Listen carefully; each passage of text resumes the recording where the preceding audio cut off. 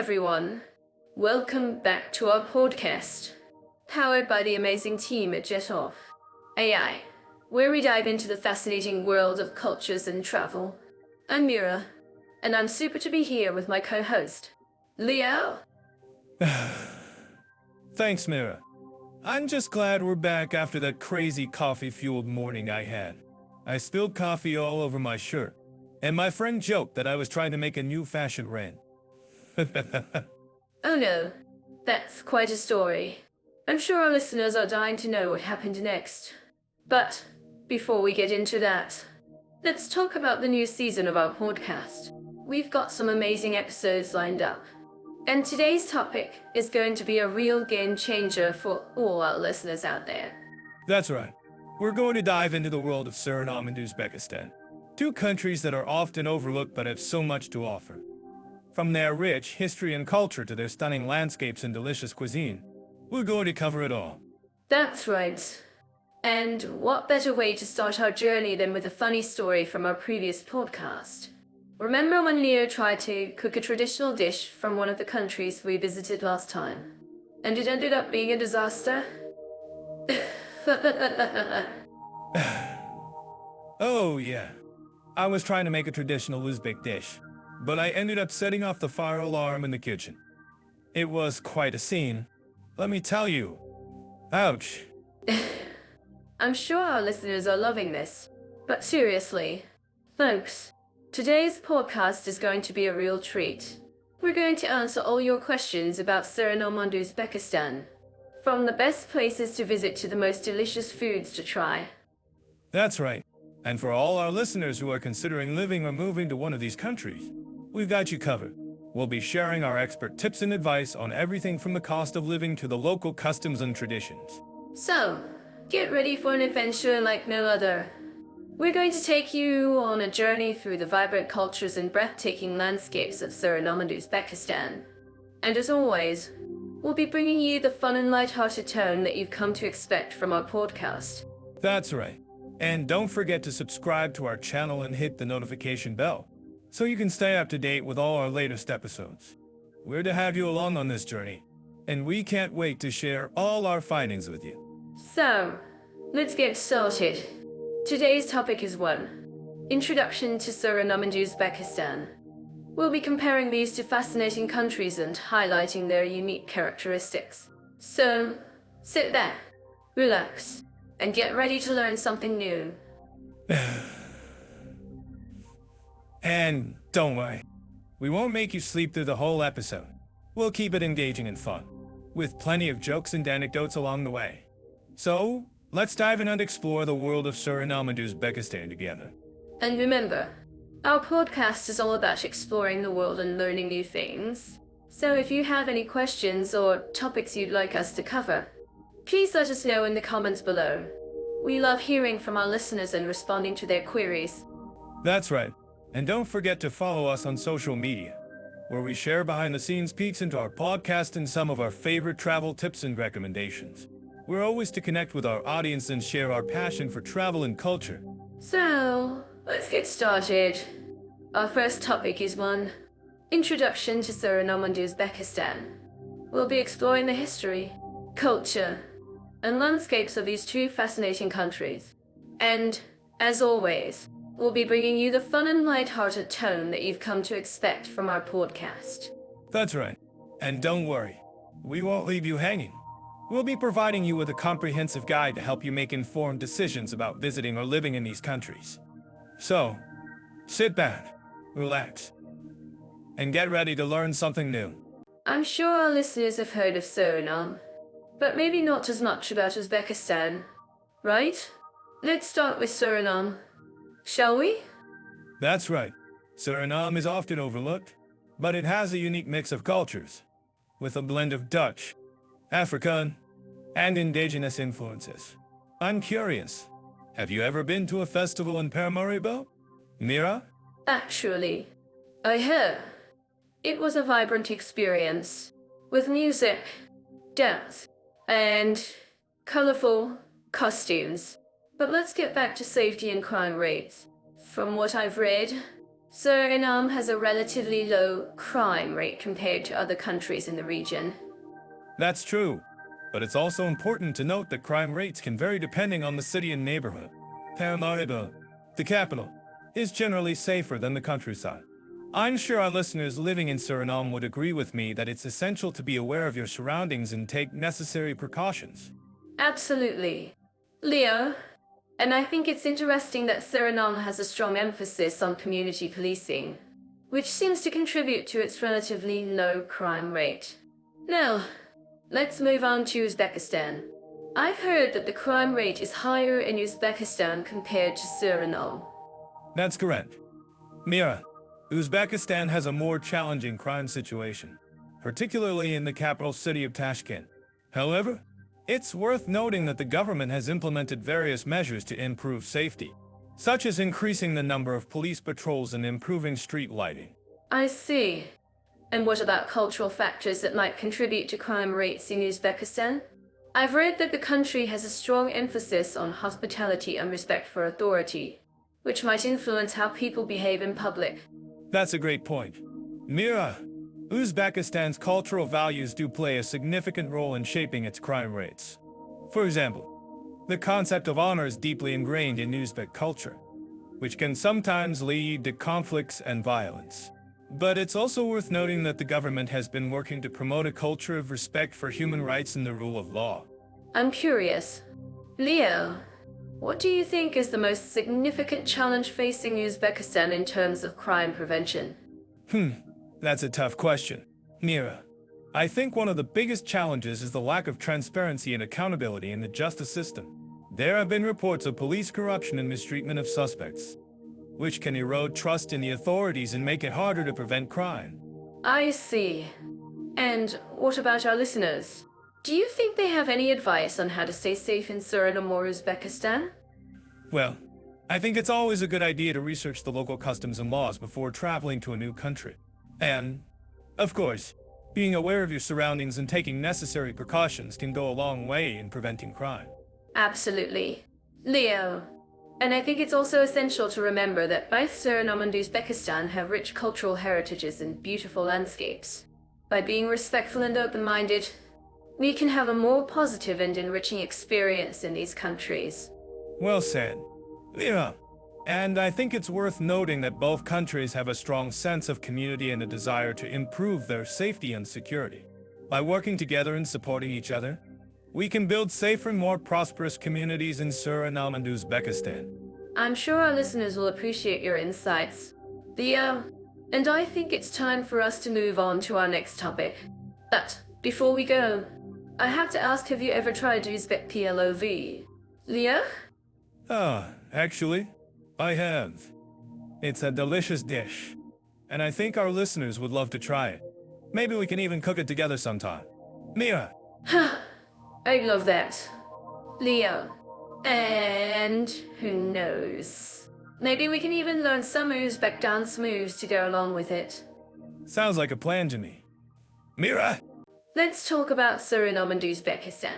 Two countries that are often overlooked, but have fascinating stories to tell when it comes to political stability and social harmony. I'm curious. Leo, have you ever been to either of these countries? Actually, I visited Suriname a few years ago, and I was struck by the warmth and hospitality of the people. But I must say, it's a country with a complex history, and I think it's essential to understand the nuances of its politics. Exactly. And that's what I love about this topic. It's not just about the surface level stuff. It's about digging deeper and understanding the underlying factors that shape the social fabric of a country. Speaking of which, have you heard about the Jet-Off AI platform? It's an excellent resource for anyone looking to dive deeper into topics like this. Yes. I've heard of it. I've even used it to research some of the cultural differences between Suriname and Uzbekistan. But I must say, it's not just about the data. It's about experiencing the culture firsthand. And let me tell you, the food in Suriname is incredible. Oh, I know. I've had some of the best coconut water of my life in Suriname. But, seriously, The cultural exchange between Suriname and Uzbekistan is really interesting. I mean, Suriname has a rich history of colonialism and immigration, while Uzbekistan has a complex history of Soviet rule and Islamic influence. That's a great point, Mira. And I think that's why it's essential to approach this topic with sensitivity and nuance. I mean, we don't want to oversimplify the complexities of these countries' histories and cultures. We want to provide a balanced view that acknowledges both the challenges and the opportunities. Absolutely. And I think that's what makes this topic so fascinating. It's not just about politics and social harmony. It's about the human experience. And if I'm being honest, I think that's what draws me to this topic. I mean, who doesn't love a good underdog story? Well, I think we can both agree that Suriname and Uzbekistan are definitely underrepresented countries. But, in all seriousness, Mira, I think we need to acknowledge the challenges that these countries face. I mean, Suriname has struggled with corruption and economic instability, while Uzbekistan has faced criticism for its human rights record. Yes, those are definitely challenges that both countries face. But I think it's also essential to acknowledge the progress that they've made. I mean, Suriname has made significant strides in promoting democracy and human rights, while Uzbekistan has taken steps to reform its economy and improve its relations with the international community. That's a great point, Mira. Then, I think it's essential to provide a balanced view that acknowledges both the challenges and the opportunities. I mean, we don't want to perpetuate negative stereotypes or reinforce harmful narratives. Absolutely. And I think that's what makes this topic so important. It's not just about politics and social harmony. It's about promoting understanding and empathy. And if I'm being honest, I think that's what I love most about this topic. It's a chance to connect with people from different backgrounds and cultures, and to learn from their experiences. Well, I think we're both passionate about this topic, Mira. And I think that's what makes our conversation so engaging. But I have to ask, what do you think our listeners would say about the topic of political stability and social harmony in Suriname and Uzbekistan? I'm certain that our listeners living in these countries would agree with me that it's a complex and multifaceted topic. But I think it's also essential to acknowledge the challenges and opportunities that both countries face. And if you think this is wrong, please let us know in the comments. Well, I think we've sparked a lively discussion, Mira, and I think it's essential to continue the conversation.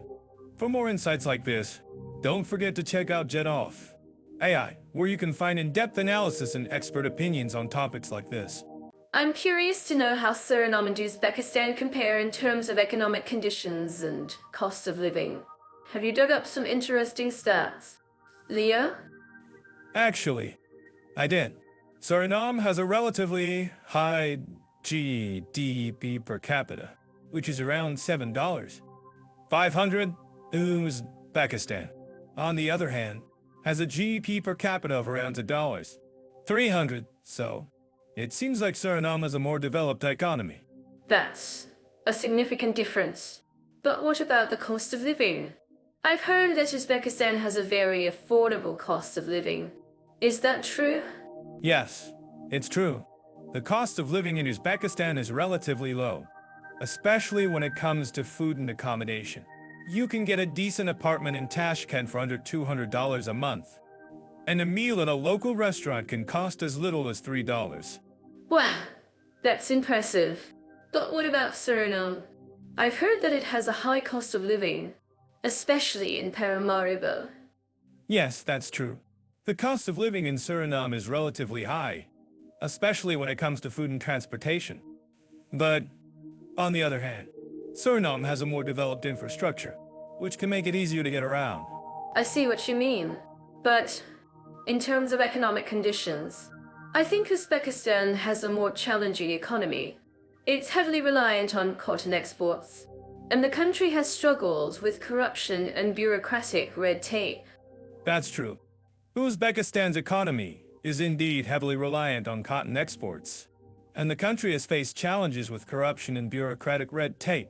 But, on the other hand, Suriname's economy is also heavily reliant on a few key industries, such as gold mining and agriculture.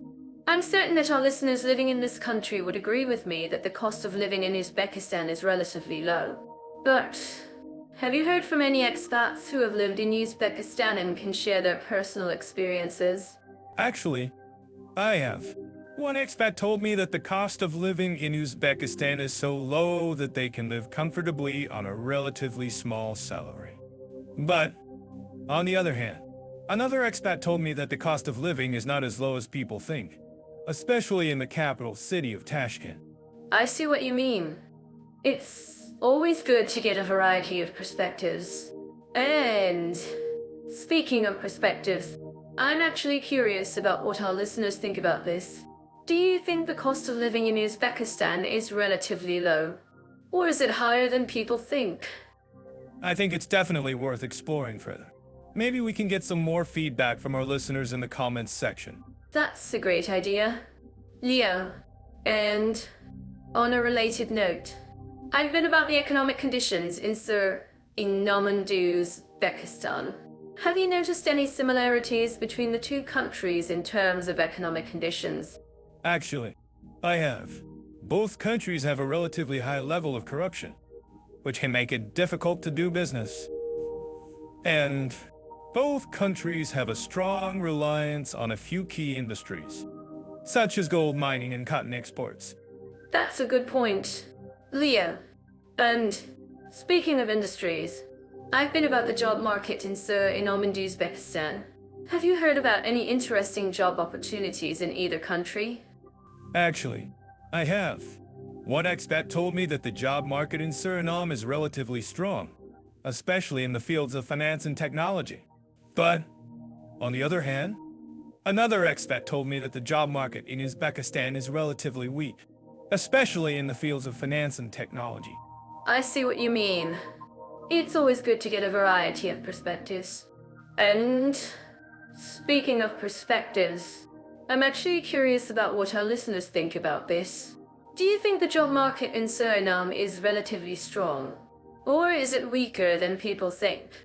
I think it's definitely worth exploring further. Maybe we can get some more feedback from our listeners in the comments section. That's a great idea. Leo, and on a related note, I've been about the cost of living in Suriname and Uzbekistan. Have you noticed any differences in terms of cost of living between the two countries? Actually, I have.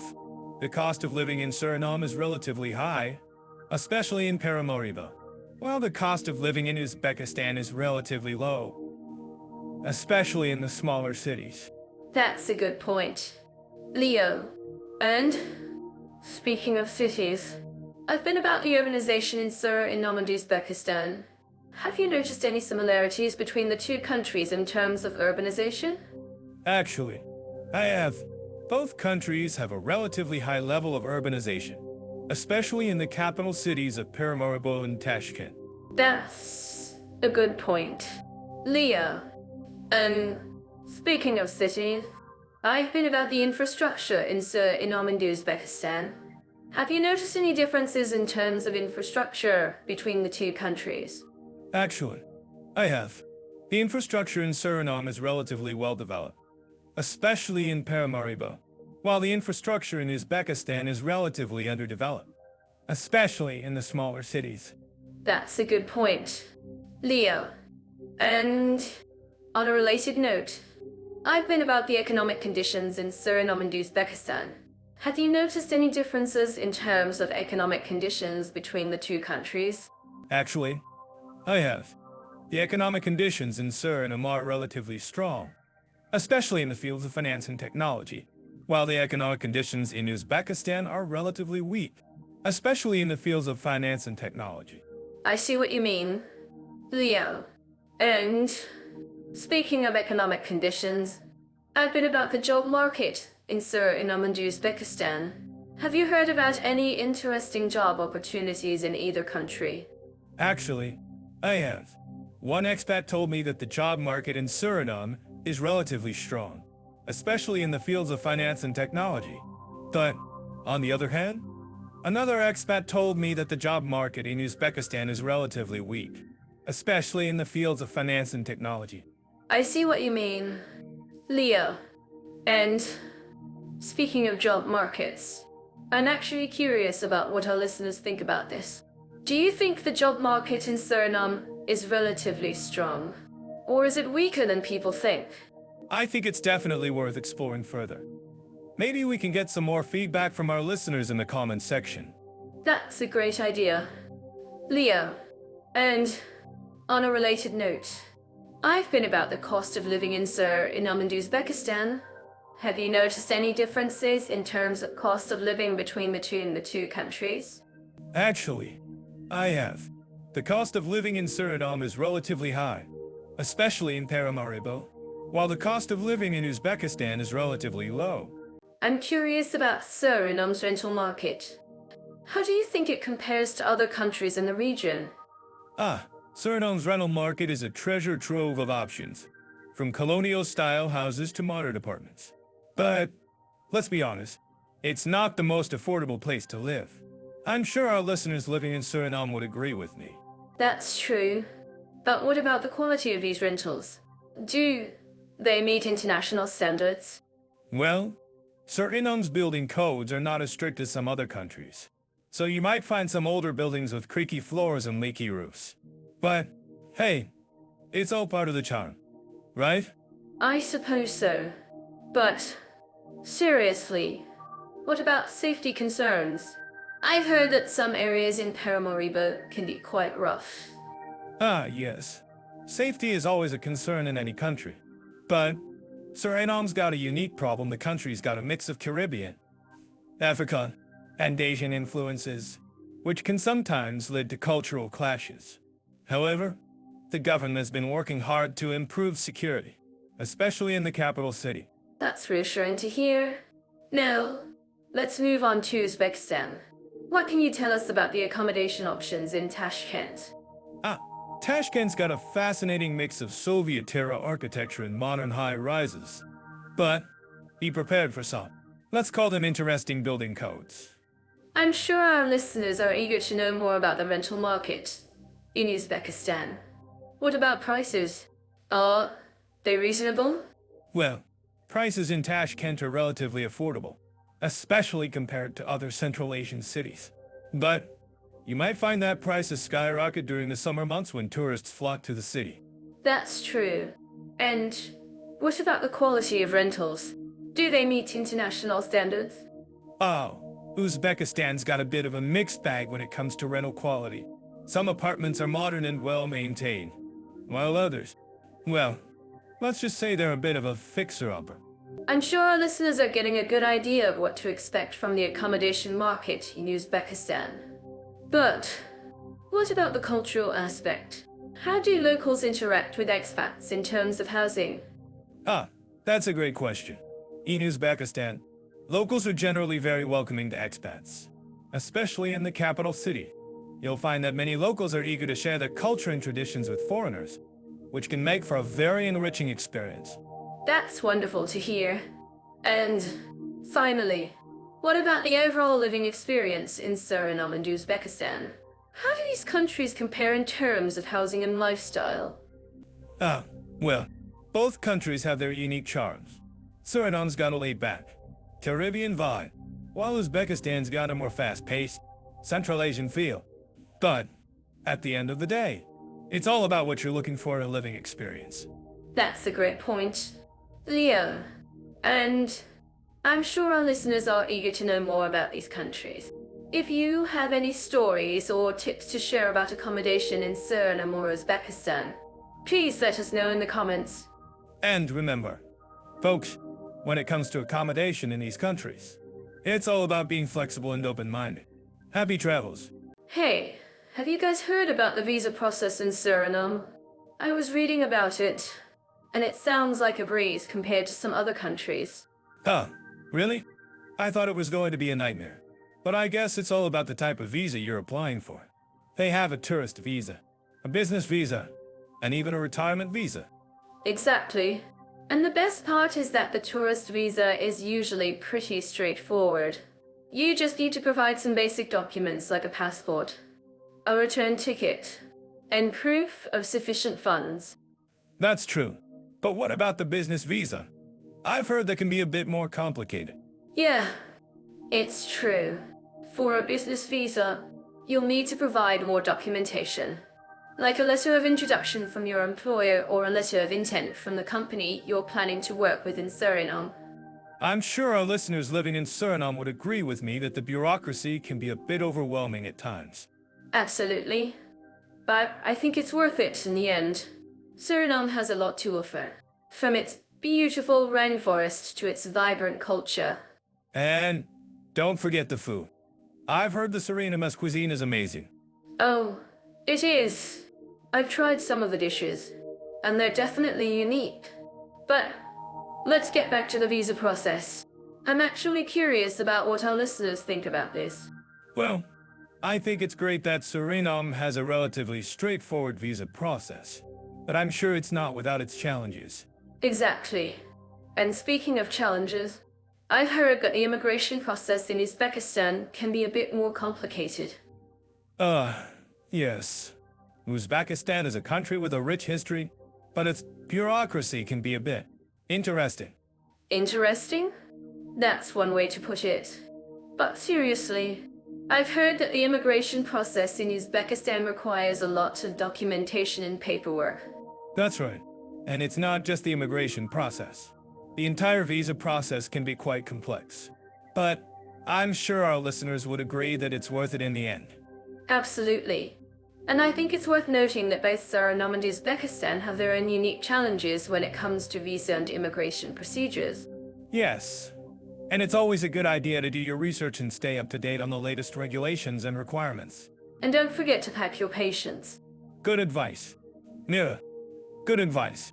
So, let's talk about the official procedures in Suriname.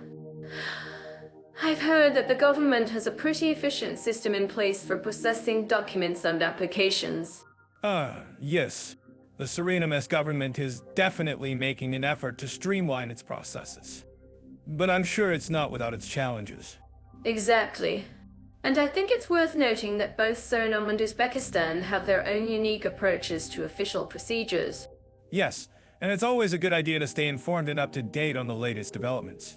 And don't forget to bring your sense of humor. Good one. Mira, good one.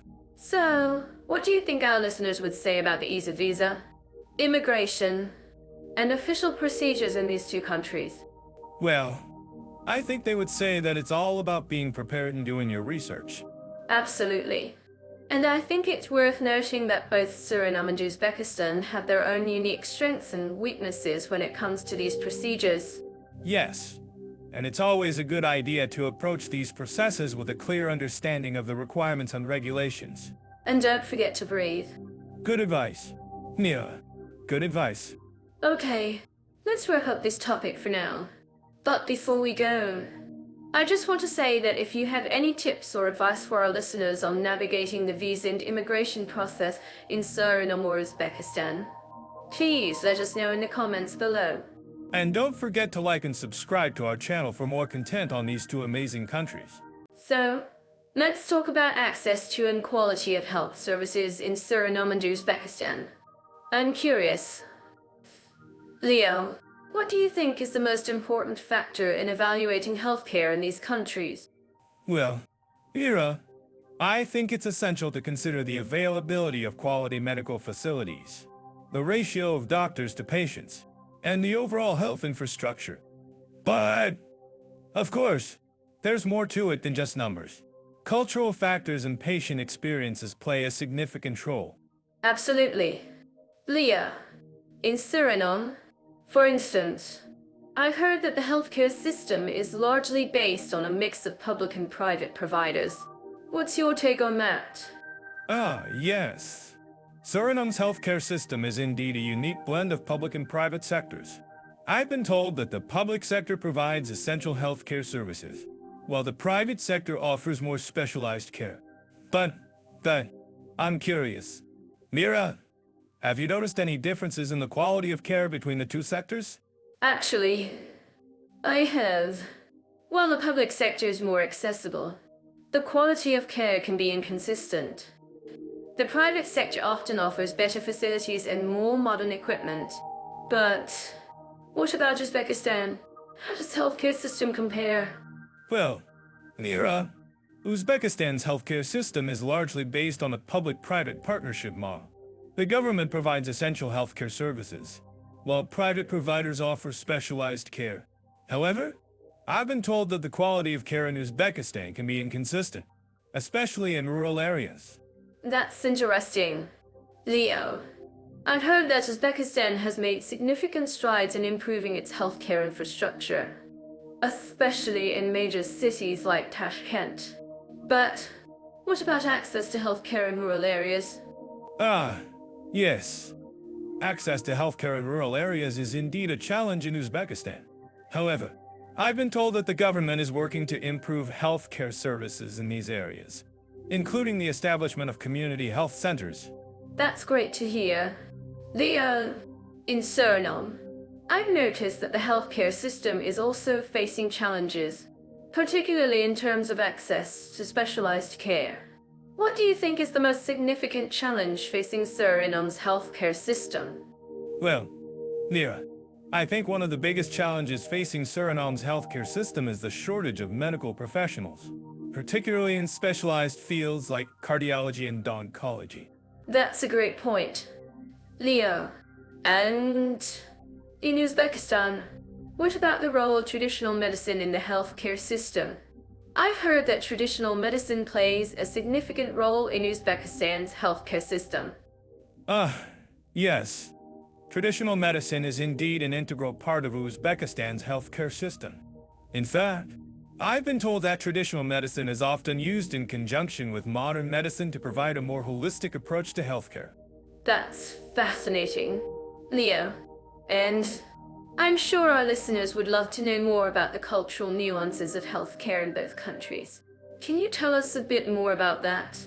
Well, Mira, in Uzbekistan, for instance, I've been told that traditional medicine is often used to treat a range of conditions, from mental health issues to physical ailments. And in Suriname, I've noticed that traditional medicine is often used in conjunction with modern medicine to provide a more comprehensive approach to healthcare. That's great to hear. Leo, and I'm sure our listeners would love to know more about the patient experiences in both countries. Can you share some of your own experiences or insights on this topic? Yes. As a traveler, I've had the opportunity to experience healthcare in both countries firsthand. And I must say, the patient experiences in both countries are quite different. In Uzbekistan, for instance, I've been told that patients often expect a more personalized approach to care, with a greater emphasis on traditional medicine. That's fascinating. Leo, and in Suriname, what about the patient experiences? Have you noticed any differences in the way patients are treated in the public and private sectors?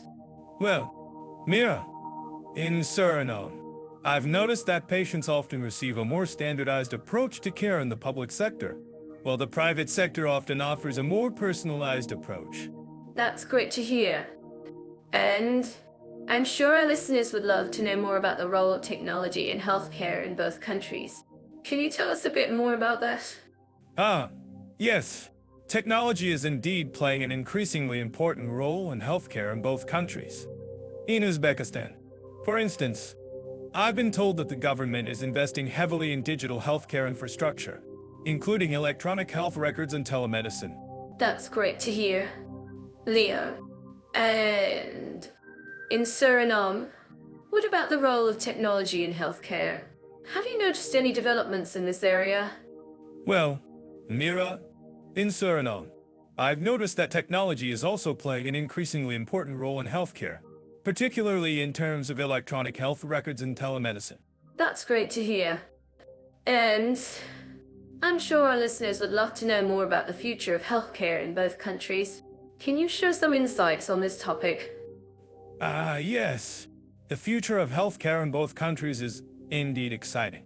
In Uzbekistan, for instance, I've been told that the government is working to improve healthcare infrastructure, including the establishment of community health centers and the development of digital healthcare infrastructure.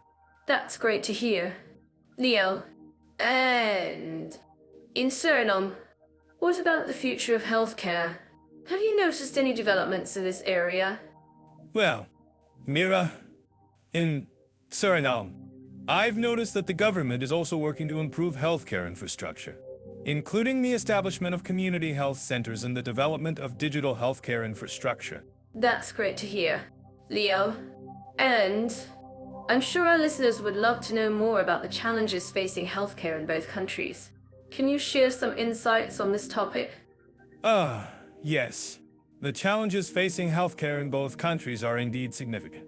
In Uzbekistan, for instance, I've been told that the healthcare system is facing challenges related to funding, infrastructure, and personnel. That's great to hear. And in Suriname, what about the challenges facing healthcare?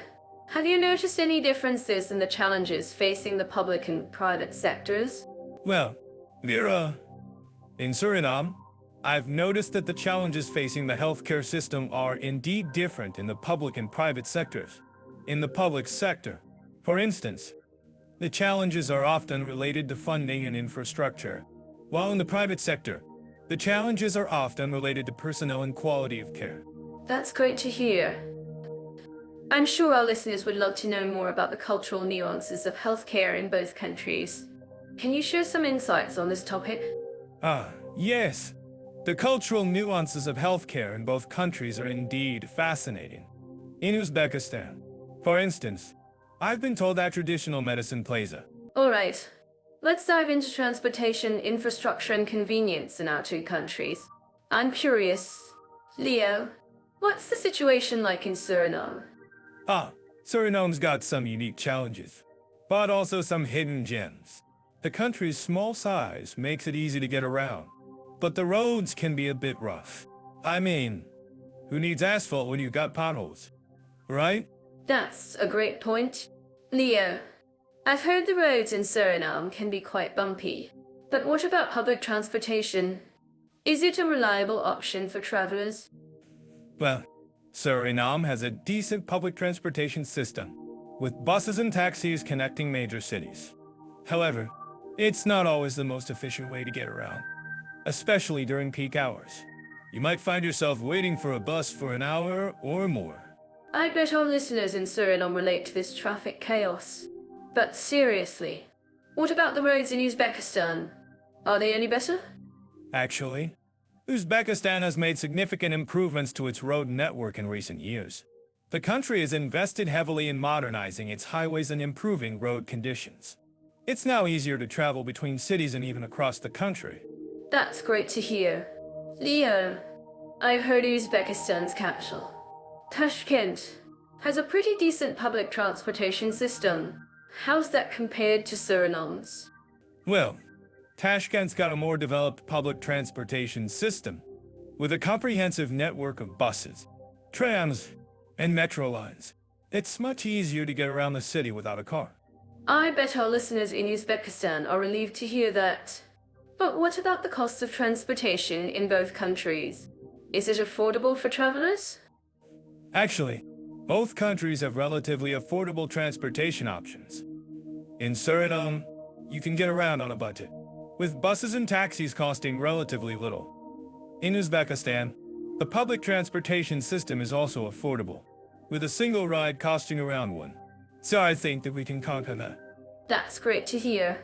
Leo, I've heard Uzbekistan's also got a decent bike-sharing system in some cities. What about Suriname? Are there any similar options? Yes. Suriname's got a bike-sharing system in Paramaribo, the capital city. It's a great way to get around, especially for shorter distances. And, of course, it's a more environmentally friendly option too. I love it when cities offer bike-sharing options. It's so convenient and healthy. But what about air travel in both countries? Is this a viable option for travelers? Well, Suriname has a decent airport, but air travel is still relatively limited. You'll find flights to major cities like Paramaribo and Cayenne, but it's not as frequent as you'd like. In Uzbekistan, air travel is a bit more developed, with multiple flights per day to major cities and even international destinations. I see. And what about road quality in both countries? Are there any notable differences? Actually, Suriname's roads can be quite rough, especially outside of major cities. You'll find potholes, uneven surfaces, and even some unpaved roads. In Uzbekistan, the roads are generally better, with fewer potholes and more paved surfaces. That's a good point. Leo, I've heard Uzbekistan's also got a decent highway system connecting major cities. What about Suriname? Are there any notable highways? Yes. Suriname's got a decent highway system, with some modern roads connecting major cities like Paramaribo and Lelydor. However, it's still a bit rough in some areas, especially outside of urban centers. I see. And what about public transportation in Suriname? Are there any notable options for travelers?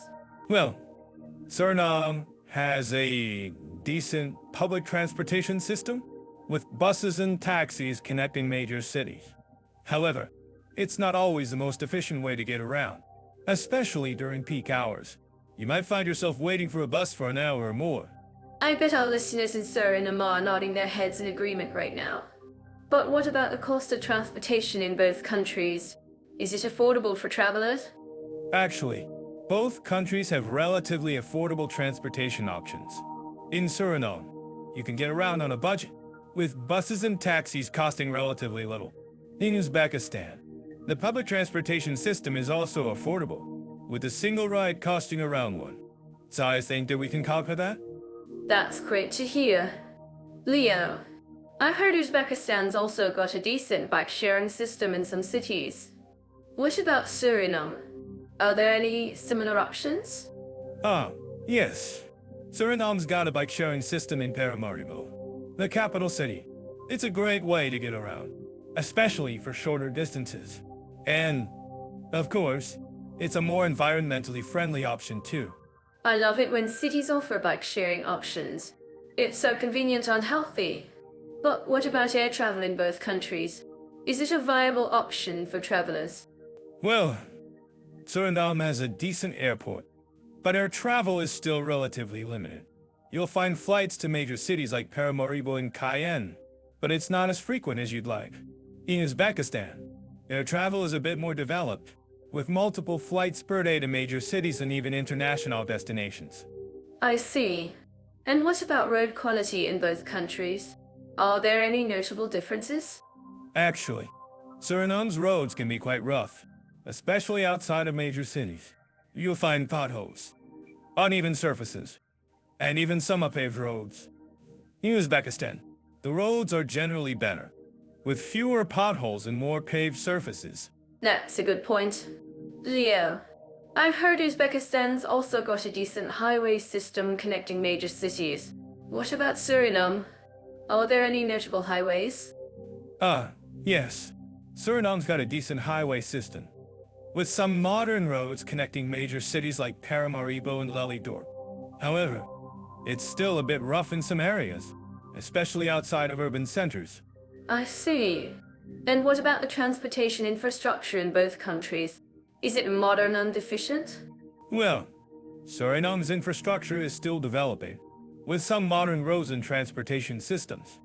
However, it's not as comprehensive as Uzbekistan's, which has invested heavily in modernizing its transportation network. I see. And what about the cost of transportation in both countries? Is it affordable for travelers? Actually, both countries have relatively affordable transportation options. In Suriname, you can get around on a budget, with buses and taxis costing relatively little. In Uzbekistan, the public transportation system is also affordable, with a single ride costing around one. So I think that we can conquer that. Zero sums. So, language barrier and ease of communication an essential aspect of any country's cultural landscape. Let's start with Suriname, shall we? I'm certain that our listeners living in this country would agree with me that it's a melting pot of languages. Yes. Suriname's linguistic diversity is indeed fascinating, with over 600 languages spoken. It's a true polyglot paradise. But I have to ask, Mira, how do you navigate this linguistic chaos? Well, Leo, I think it's all about embracing the complexity. You see, in Suriname, language is a symbol of cultural identity, and people take pride in their native tongues. It's not uncommon to hear straight into and go, Dutch, English, and even some African languages being spoken on the streets. That's right, Mira. And it's not just about the languages themselves, but also the cultural nuances that come with them.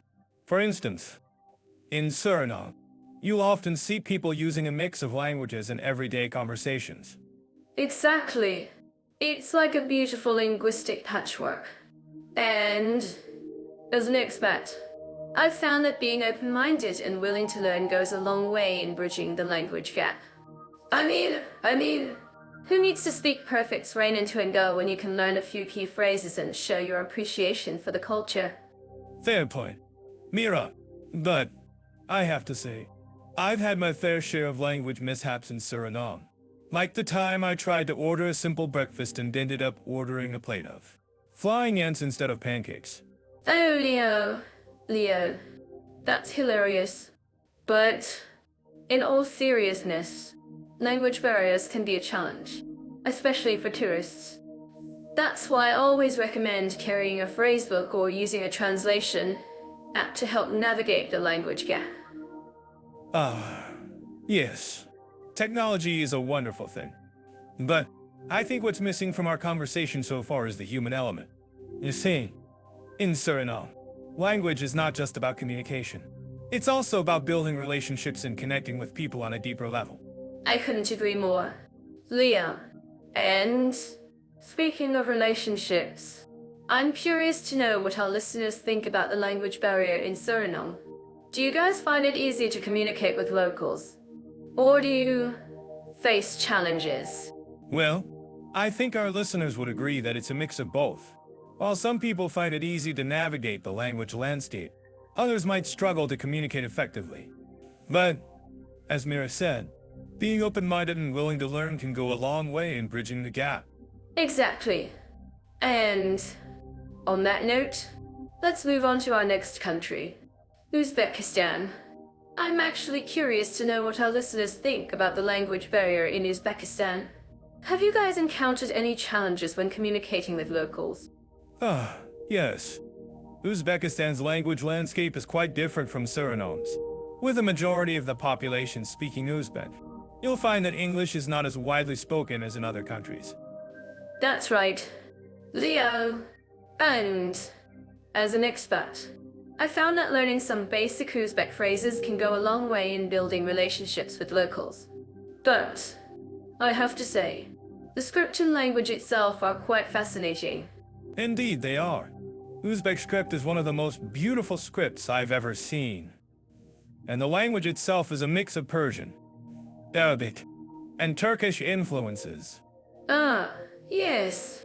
And I think what's interesting about Uzbekistan is that it's a country with a rich cultural heritage, and language plays a significant role in preserving that heritage. For instance, the Uzbek language is filled with idioms and proverbs that reflect the country's history and customs. That's right, Mia. And I think what's missing from our conversation so far is the cultural context. You see, in Uzbekistan, language is not just about communication. It's also about preserving cultural traditions and values. I couldn't agree more, Leo. And speaking of cultural traditions, I'm curious to know what our listeners think about the language barrier in Uzbekistan. Do you guys find it easy to communicate with locals? Or do you face challenges? Well, I think our listeners would agree that it's a mix of both. While some people find it easy to navigate the language landscape, others might struggle to communicate effectively. But, as Mira said, being open-minded and willing to learn can go a long way in bridging the gap. Exactly. And on that note, I think we've covered a lot of ground in terms of language barriers and ease of communication in both Suriname and Uzbekistan. But I have to ask, Leo, What do you think is the key to overcoming language barriers in these countries? Ah, well, Mira, I think it's all about being open-minded, willing to learn, and embracing the cultural nuances that come with each language. And, of course, a good dose of humor never hurts. Well, I think we can all agree on that. Leah, and to our listeners, I'd like to say that language barriers are not insurmountable. With the right attitude and a willingness to learn, you can overcome even the most daunting language challenges. Well said, Mira. And to our listeners, I'd like to say that Uzbekistan and Suriname are both incredible countries with rich cultural heritages. Don't be afraid to explore, learn, and immerse yourself in the local culture. And, who knows, you might just pick up a few language skills along the way. Well, I think this episode. Thank you, Leah, for your insightful comments and humor.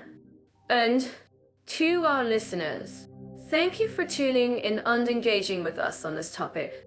Don't forget to subscribe to our channel and follow us on social media for more engaging content. And to our listeners, don't forget to leave a comment below and share your thoughts on language barriers and ease of communication in Suriname and Uzbekistan. We'd love to hear from you.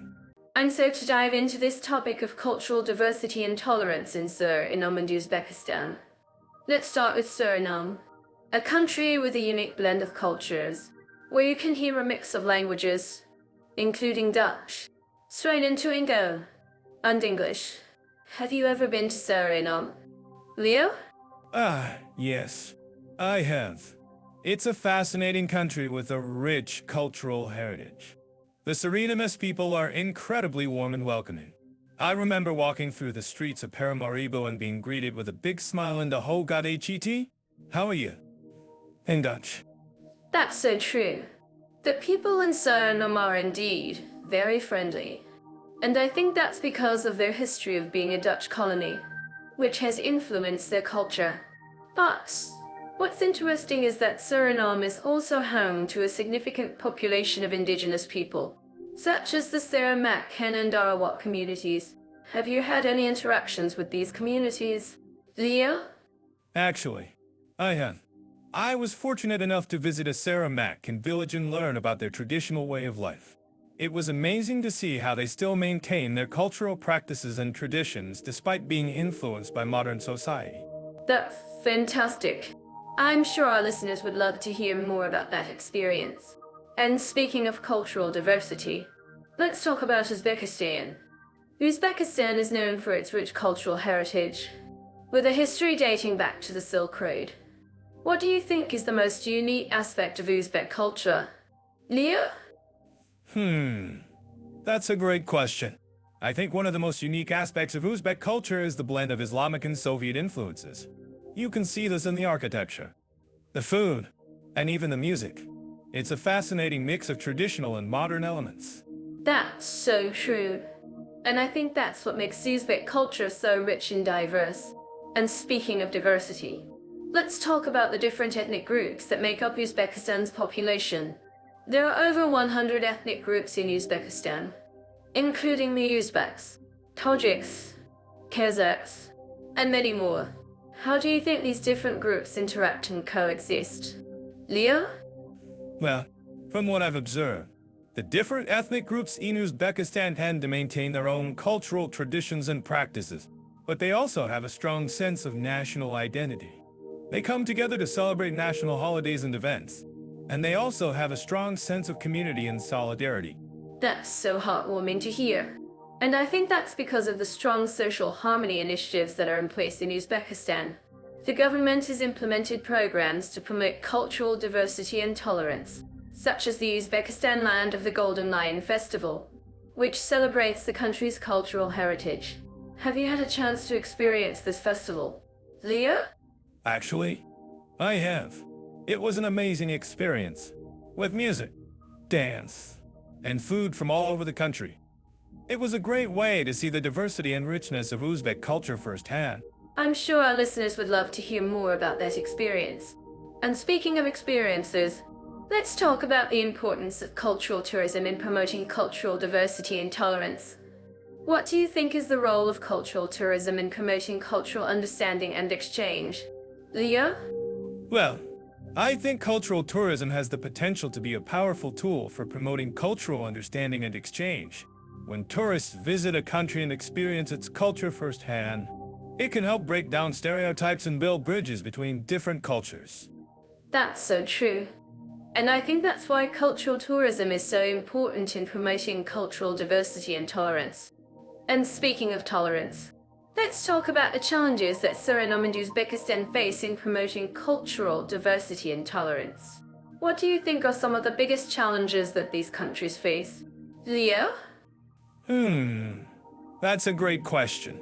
I think one of the biggest challenges that Suriname and Uzbekistan face is the need to balance cultural diversity with national identity. It's a delicate balance to strike, but it's essential for promoting social harmony and tolerance. That's so true. And I think that's why it's essential for governments and communities to work together to promote cultural diversity and tolerance. And speaking of communities, let's talk about the importance of community engagement in promoting cultural diversity and tolerance. What do you think is the role of community engagement in promoting cultural understanding and exchange? Leo? Well, I think community engagement is essential for promoting cultural understanding and exchange. When communities come together to celebrate their cultural heritage and traditions, it can help build bridges between different cultures and promote social harmony. That's so true. And I think that's why community engagement is so important in promoting cultural diversity and tolerance. And speaking of tolerance, let's talk about the importance of education in promoting cultural diversity and tolerance. What do you think is the role of education in promoting cultural understanding and exchange? Leo? Well, I think education plays a crucial role in promoting cultural understanding and exchange. When people are educated about different cultures and traditions, it can help break down stereotypes and build bridges between different cultures. That's so true. And I think that's why education is so essential in promoting cultural diversity and tolerance. And speaking of education, let's talk about the importance of language in promoting cultural diversity and tolerance. What do you think is the role of language in promoting cultural understanding and exchange? Leo? Well, I think language is essential for promoting cultural understanding and exchange. When people speak multiple languages, it can help them communicate with people from different cultures and build bridges between different communities. That's so true. And I think that's why language is so important in promoting cultural diversity and tolerance. And speaking of tolerance, let's talk about the importance of interfaith dialogue in promoting cultural diversity and tolerance. What do you think is the role of interfaith dialogue in promoting cultural understanding and exchange? Leo? Well, I think interfaith dialogue is essential for promoting cultural understanding and exchange. When people from different faiths come together to discuss their beliefs and practices, it can help build bridges between different cultures and promote social harmony. That's so true. And I think that's why interfaith dialogue is so important in promoting cultural diversity and tolerance. I'm to dive into the world of educational opportunities and language schools in Suriname and Uzbekistan. Both countries have unique strengths when it comes to learning, and I'm curious to hear Leo's thoughts on the matter. Oh, the land of the brave in Suriname, where education is taken seriously, but with a twist of fun, I'm sure. I've heard that the literacy rate is high, but the real challenge lies in making learning engaging for students. That's a great point. Leo, in Suriname, I've noticed that the emphasis is on developing critical skills, which is essential for students to succeed in the modern world. And let's not forget about the beautiful language, Strain and Tulingo, which is a blend of African, Indigenous, and Portuguese influences. Yes, the language is a fascinating aspect of Suriname's culture. But what about Uzbekistan? Mira? I've heard that the country has a rich history of education, with a focus on science, technology, engineering, and mathematics, or STEM fields. Uzbekistan indeed has a strong focus on STEM education, which is essential for the country's economic growth and development. And did you know that the country has a well-established system of madrasas, or Islamic schools, which provide education in Islamic studies and Arabic language. That's fascinating. Mira, I've also heard that Uzbekistan has a strong tradition of art and literature, with many famous poets and writers who have contributed to the country's rich cultural heritage. Exactly. Leo, and I'm sure our listeners would agree that education is key to unlocking the potential of any society. But what about language acquisition? Leo, how do students in Suriname and Uzbekistan learn languages like English and Dutch in Suriname, and Russian and English in Uzbekistan? Ah, a great question. Mira, in both countries, language learning is taken seriously, with a focus on developing communication skills and cultural understanding. In Suriname, for example, students learn English and Dutch as second languages, which is essential for integration into the global community.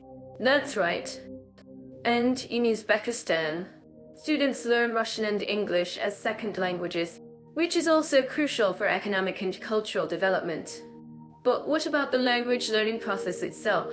How do students in both countries approach language acquisition? Well, Mira, in both countries, students use a variety of methods to learn languages, including language exchange programs, language clubs, and online resources. And I've heard that in Suriname, students also use traditional methods like storytelling and singing to learn languages. Ah, storytelling and singing. What a wonderful way to learn languages. And I'm sure our listeners would agree that language learning is a lifelong process, and there's always room for improvement. Absolutely. Mira, and speaking of improvement, I'm curious to know what you think about the role of technology in language learning. Do you think it's a useful tool? Or is it just a distraction? Well, Leo, I think technology can be both a blessing and a curse. On the one hand, it provides access to a wealth of language learning resources. But, on the other hand, it can be a distraction if not used wisely. But what do you think? Leo, how do you think technology can be used effectively in language learning? That's a great question. Mira, I think technology can be a powerful tool in language learning, especially when used in conjunction with traditional methods like storytelling and singing. And I'm sure our listeners would agree that the key to effective language learning is a combination of technology and human interaction. I couldn't agree more. Leo, and speaking of human interaction, I think it's essential to mention the role of teachers and educators in language learning. What do you think about the importance of teachers in language acquisition? Leo? Teachers are the backbone of any language learning program. Mira, they provide guidance, support, and motivation to students, which is essential for language acquisition. And I'm sure our listeners would agree that a good teacher can make all the difference in language learning. Absolutely. Leo. And finally, I'd like to ask our listeners a question. What do you think about the importance of language learning in Suriname and Uzbekistan? Do you think it's essential for economic and cultural development? Or is it just a nicety? Well, Mira, I think it's a must-have, not a nice-to-have. Language learning is essential for any society, and Suriname and Uzbekistan are no exception. And I'm sure our listeners would agree that language learning is a key to unlocking the potential of any society. Well, there you have it, folks. Language learning is a vital part of any society, and Suriname and Uzbekistan are no exception. Thank you for joining us on this criterion, and we'll be back with more exciting topics soon. Don't forget to like and subscribe to our channel for more engaging content. Dive into the climate and seasonal conditions of our two countries, Suriname and Uzbekistan, and to explore how these environments shape the lifestyle and culture of each nation. I'm curious, Leo, have you ever experienced extreme weather conditions in Suriname? Actually, I have. I was there during the rainy season, and it poured buckets for days on end. I remember, this is what a tropical rainforest looks like.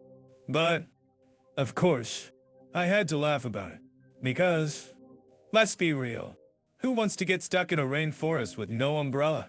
Exactly. And I'm sure our listeners living in Suriname would agree with me that the rain can be quite intense. Now, let's move on to Uzbekistan. I've heard that the country experiences a continental climate with hot summers and cold winters. Can you tell us more about that? Leo? Yes, Uzbekistan's climate is quite unique. The summers can be scorching hot, with temperatures often reaching 40 degrees Celsius in the desert regions.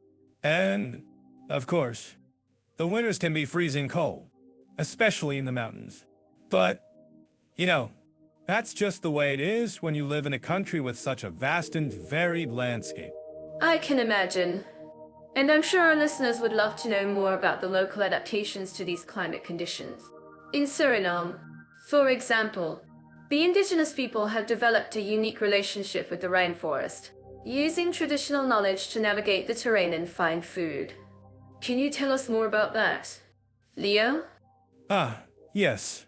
The indigenous people of Suriname have indeed developed a rich cultural heritage that's closely tied to the rainforest. They have a deep understanding of the forest's rhythms and patterns, which allows them to live in harmony with nature. And, of course, that's something that we can all learn from.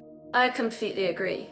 And speaking of learning from each other, I'm actually curious about what our listeners think about the similarities and differences between the climate conditions in Suriname and Uzbekistan.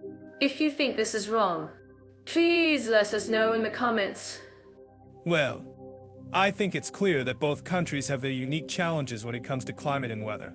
But, at the same time, I think it's also clear that both countries have a deep appreciation for the natural world and are working to preserve their unique environments. Exactly.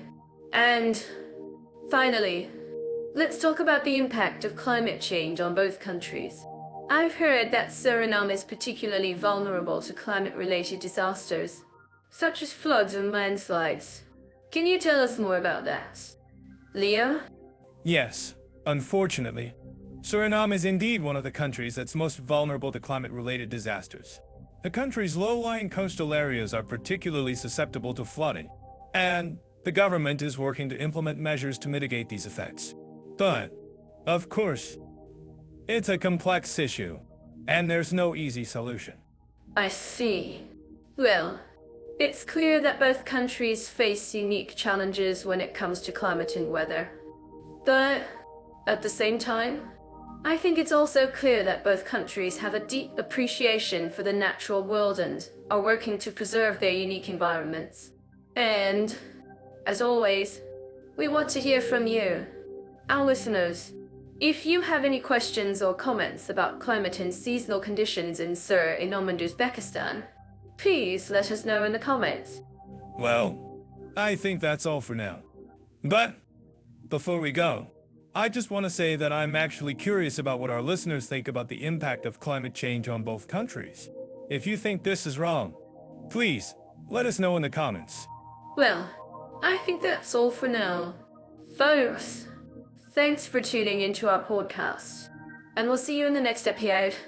Dive into the world of Suriname, a country that's often overlooked but has a fascinating food culture.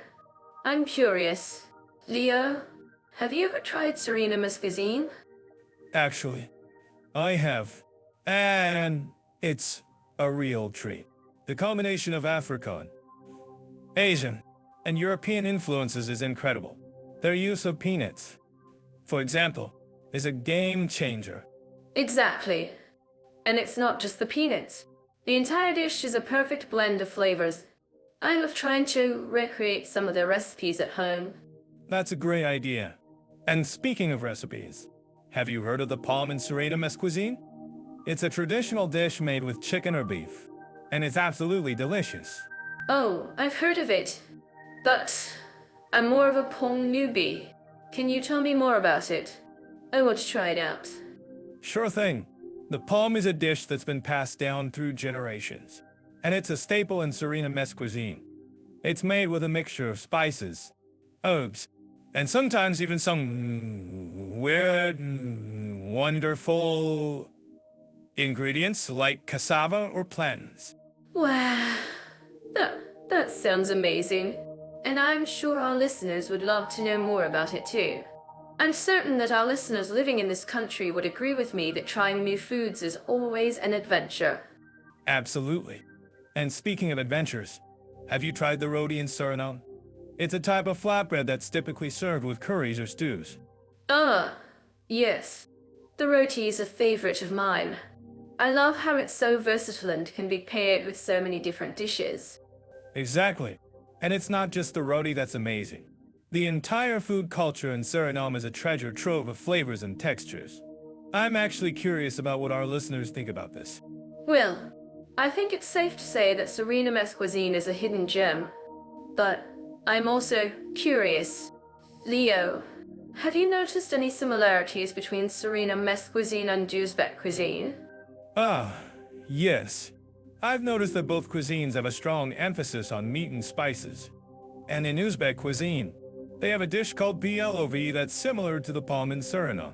That's fascinating. And I'm sure our listeners would love to know more about Uzbek cuisine. If you think this is wrong, please let us know in the comments. Actually, I think it's a great connection to make. Both cuisines have a rich history and a deep love for food. And, speaking of food, have you tried the manti in Uzbek cuisine? Ah, yes. The manti is a type of dumpling that's typically served with a variety of toppings. I love how it's a comfort food that's both familiar and exotic at the same time. Exactly.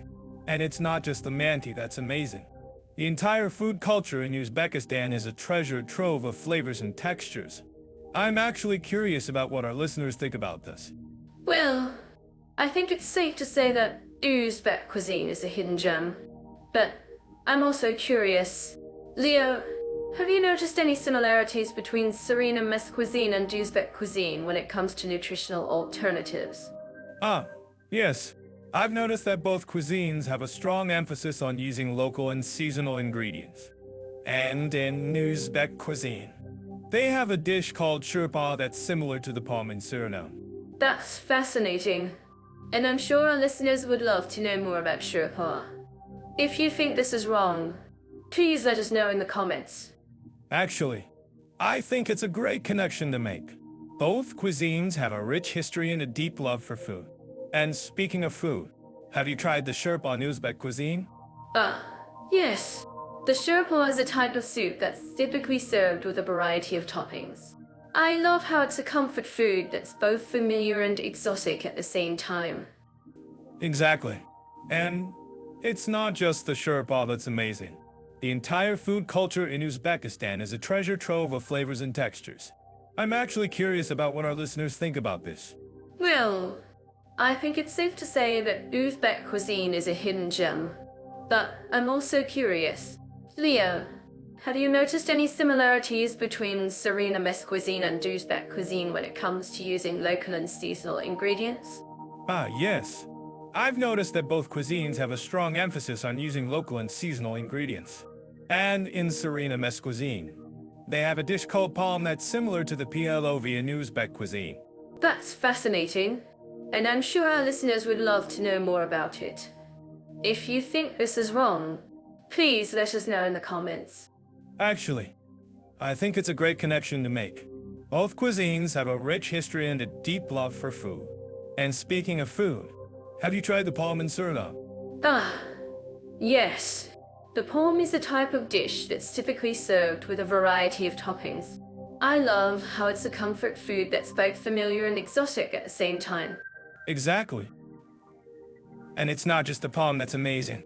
The entire food culture in Suriname is a treasure trove of flavors and textures. I'm actually curious about what our listeners think about this. Well, I think it's safe to say that Suriname cuisine is a hidden gem. But I'm also curious. Leo, have you noticed any similarities between Suriname cuisine and Uzbek cuisine when it comes to using innovative food solutions? Ah, yes. I've noticed that both cuisines have a strong emphasis on using innovative food solutions. And in Uzbek cuisine, they have a dish called manti that's similar to the roti in Suriname. That's fascinating, and I'm sure our listeners would love to know more about it. If you think this is wrong, please let us know in the comments. Actually, I think it's a great connection to make. Both cuisines have a rich history and a deep love for food. And speaking of food, have you tried the manti in Uzbek cuisine? Yes. The manti is a type of dumpling that's typically served with a variety of toppings. I love how it's a comfort food that's both familiar and exotic at the same time. Exactly. You know, Leo, when it comes to historical, cultural, and artistic values, Suriname and Uzbekistan might seem like vastly different countries, but they both have a rich heritage to share. That's right. Mira. From the ancient Mayan ruins in Suriname to the majestic mausoleums in Uzbekistan, these countries have a treasure trove of historical and cultural wonders. I love how Suriname's history is a melting pot of cultures, with influences from Africa, Europe, and Asia. It's like a delicious curry stew, with a dash of this and that. Ah, Mira, you're always cooking up a storm with your culinary analogies. But seriously, Suriname's cultural diversity is indeed fascinating. And have you heard about the stunning architecture in Uzbekistan? The Registan in Samarkand is a masterpiece of Islamic art. Oh, I've seen pictures of it. Leah, and it's breathtaking. But what I find fascinating about Suriname is its unique blend of indigenous and colonial influences. The Amerindian people have a rich cultural heritage that's been preserved through their traditional music and dance. That's so cool. Mira, and Uzbekistan has its own unique cultural traditions, like the ancient Silk Road, which connected the East and West. The country's history is a testament to its strategic location and the rich trade that flowed through it. Exactly. And I think that's what makes both countries so fascinating, their complex histories and cultural influences. I'm curious, Leo, have you ever visited a traditional Amerindian village in Suriname? No, Mira, but I've heard about the vibrant music and dance of the Samarkand people. It's like a fusion of African and indigenous rhythms. And speaking of music, Uzbekistan has its own unique traditions, like the classical music of the tar and the tambur. Well, I didn't know that. And I'm sure our listeners would love to hear more about it. Let's take a look at some of the amazing cultural events in Suriname. Oh, yes. The Samarkand Festival is a wonderful celebration of the country's indigenous culture. Oh, I'd love to attend that. And Uzbekistan has its own festivals, like the Navraz, which marks the spring equinox. It's a beautiful celebration of nature and renewal. That sounds amazing. Leo, and I think it's great how both countries are preserving their cultural heritage through traditional music and dance. Ah, yes, the Surinamese folk dance, the Kesko, is a great example of this. I've heard of that. Mira, it's a lively dance that's perfect for getting the crowd moving. And Uzbekistan has its own folk dance, the Uzbek folk dance, which is a beautiful expression of the country's cultural traditions. Oh, I'd love to see that. And I think it's great how both countries are embracing their cultural heritage and sharing it with the world. Ah, yes. The Surinamese government has even established a cultural center to promote the country's indigenous culture. Wow, that's great to hear. Mira, and Uzbekistan has its own cultural centers, like the Uzbekistan State Museum of History, which showcases the country's rich cultural heritage. I'm so glad we're having this conversation. Leo, I think it's really important to share the cultural values of these countries with the world. Ah, yes, jet off. Ayan loves uncovering stories like this. And so do we. Oh, Mira, you're always promoting Jetoff. Aya's mission. But, seriously, it's great that we're highlighting the cultural values of these countries, and I think our listeners would love to hear more about it. Absolutely. Leah. And I think we've only scratched the surface of these countries' rich cultural heritage. Let's keep exploring and sharing their stories with the world. Agreed. Mira. And who knows? Maybe one day we'll even visit these countries and experience their culture firsthand. I'm always amazed by the natural wonders of Suriname. Our first country. From the majestic Brockop on Dam to the serene coastline of the Atlantic Ocean, Suriname is a treasure trove of scenic beauty. Have you ever been to the Brockop on Dam? Leo? Actually, I have. And let me tell you, it's a breathtaking sight. The way the water flows over the dam, creating a misty veil, is simply stunning. But what really me was the variety of bird species that inhabit the area. I saw more birds than I could count. That's amazing. I've heard that Suriname is a paradise for birdwatchers. But did you know that the country is also home to the stunning Brownsburg Nature Park? It's a UNESCO Biosphere Reserve, and it's teeming with wildlife. Have you ever been to Brownsburg? Leo? No, I haven't, but I'd love to. From what I've heard, it's a real gem. The way the park combines rainforest and savanna ecosystems is truly unique, and I'm sure the views from the top of the Brownsburg Hill are simply breathtaking. Absolutely. And speaking of breathtaking views, let's talk about the natural beauty of Uzbekistan, our second country. Have you ever seen the Kizil-Kayum Desert? Leo? It's a vast expanse of sands of sand dunes that stretches as far as the eye can see. Yes, I have, and it's truly a sight to behold. The way the sand dunes shift and change shape is mesmerizing. But what really fascinates me is the way the desert has been shaped by the winds over millions of years. That's so cool.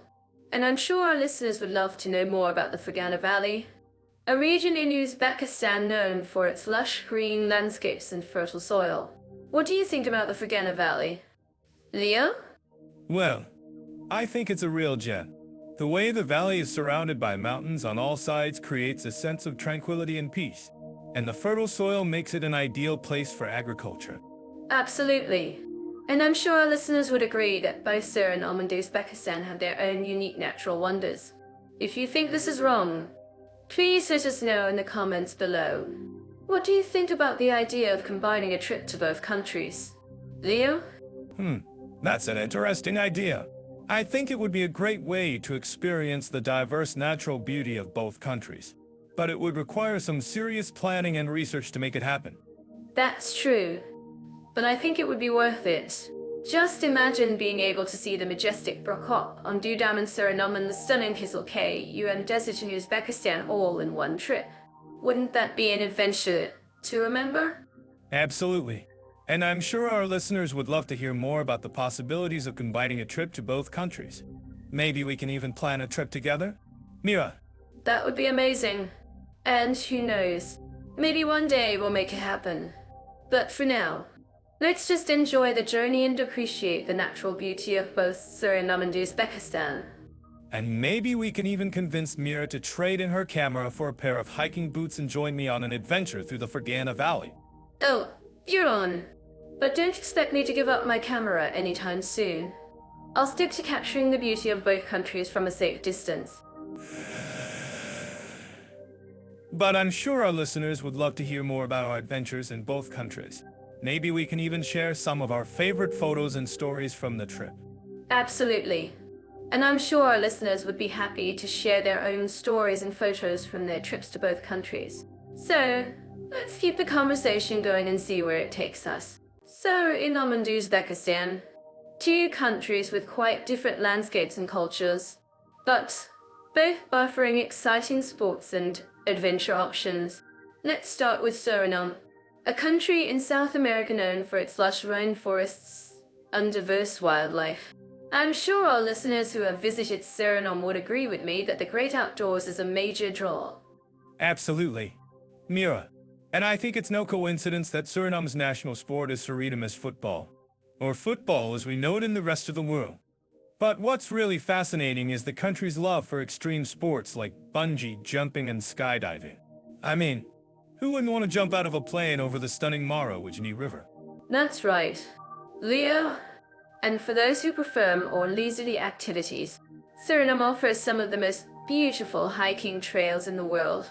I'm talking about the Brownsburg Nature Reserve, where you can hike to the top of a 200-foot high hill and take in breathtaking views of the surrounding rainforest. But what about Uzbekistan? I'm curious to know. Mira, what kind of sports and adventure options does this Central Asian country have to offer? Well, Leo, Uzbekistan is a treasure trove of ancient history and culture, but it's also a great destination for outdoor enthusiasts. The country's vast deserts and mountains offer plenty of opportunities for hiking, rock climbing, and even snowboarding. Wow, that sounds amazing. And I've heard that Uzbekistan is also home to some of the most beautiful mosques and madrasas in the world. I mean, have you seen the Registan in Samarkand? It's like a work of art. Yes, Leo. The Registan is definitely a must-see destination in Uzbekistan. But let's get back to sports and adventure options. In Suriname, you can also try your hand at fishing or take a boat tour of the Minorities River. And if you're feeling adventurous, you can even try your hand at piranha fishing. Piranha fishing? That's definitely a unique experience. Yeah, and I'm sure our listeners would love to know more about it. But what about Uzbekistan's own unique adventure options? I've heard that the country is home to some of the world's most challenging and scenic trekking routes. Oh, yes. Leo, Uzbekistan's trekking routes are definitely not for the faint of heart. But if you're up for the challenge, you can hike to the top of the Tian Shan Mountains, which offer breathtaking views of the surrounding landscape. And if you're lucky, you might even spot some of the country's rare and endangered wildlife. Well, Mira, it sounds like both Suriname and Uzbekistan have plenty to offer when it comes to sports and adventure options. And I'm sure our listeners would love to know more about the local culture and traditions that surround these activities. Absolutely. Leo! And I think it's worth noting that both countries have a strong emphasis on community and social interaction. In Suriname, for example, you can join a local football match or participate in a traditional dance competition. And in Uzbekistan, you can attend a traditional wedding or join a group of locals for a game of Beauties, a tradition, a Uzbek sport. That sounds like a real challenge. Mira, but I'm sure our listeners would love to know more about it. And I'm curious to know. Mira, what kind of advice would you give to someone who's planning a trip to either Suriname or Uzbekistan? Well, Leo, I would say that both countries are definitely off the beaten path. But that's part of their charm. Just be sure to do your research and plan ahead. And don't be afraid to try new things and step out of your comfort zone. Good advice. Mira, and I think our listeners would agree with me that Suriname and Uzbekistan are definitely the countries that are worth visiting. And who knows, maybe one day we'll even have a podcast episode dedicated to the world's most extreme sports and adventure options. Leo, I think that's a great idea. And in the meantime, I'm sure our listeners would love to know more about the unique sports and adventure options that each country has to offer. Absolutely. Mira, and I'm sure our listeners would agree with me that Suriname and Uzbekistan are definitely the countries that are worth exploring. So, let's talk about Suriname's nightlife scene. I'm sure our listeners living in this country would agree with me that it's a hidden gem. The moment the sun sets, the city comes alive with the sound of drums and the aroma of delicious street food. Ah, yes. The Surinamese love their music and dance. I've been to some of the most incredible parties in Paramaribo, with the whole city dancing to the beat of the drums. And have you tried the local cuisine? It's a fusion of Caribbean, African, and Indian flavors that will make your taste buds do the salsa. Exactly. And speaking of salsa, the nightlife in Suriname is all about energy and passion. From the famous Watercat neighborhood to the vibrant bars in the city center, there's always something going on. And did you know that Suriname has a thriving expat community, which adds to the nightlife scene? That's true. Mira, and what I love about Suriname is the way the locals welcome visitors with open arms. It's not uncommon to see a group of strangers dancing together like they're old friends. And the music? Oh, the music is infectious. I've even been known to bust out some of my own dance moves on the dance floor. I can just imagine. Leo, and speaking of music, have you heard about the famous Surinamese festivals like the Soriwiri Festival? It's a celebration of the country's rich cultural heritage, with music, dance, and food galore. Ah, yes. The Suriwiri Festival is a must-attend event for anyone visiting Suriname. And did you know that the festival is not just about music and dance, but also about the country's history and traditions? It's a truly immersive experience that will leave you feeling like a part of the community. That's so true, Leah. And I think that's what makes Suriname's nightlife scene so special. It's not just about having a good time, but also about connecting with the local culture and community. Now, let's move on to Uzbekistan and see how their nightlife scene compares. Ah, Uzbekistan. A country with a rich history and a vibrant cultural scene. And when it comes to nightlife, Uzbekistan has a unique blend of traditional and modern entertainment options. From the famous Registan Square in Samarkand to the bustling bars and clubs in Tashkent, there's always something going on. That's right, Leah.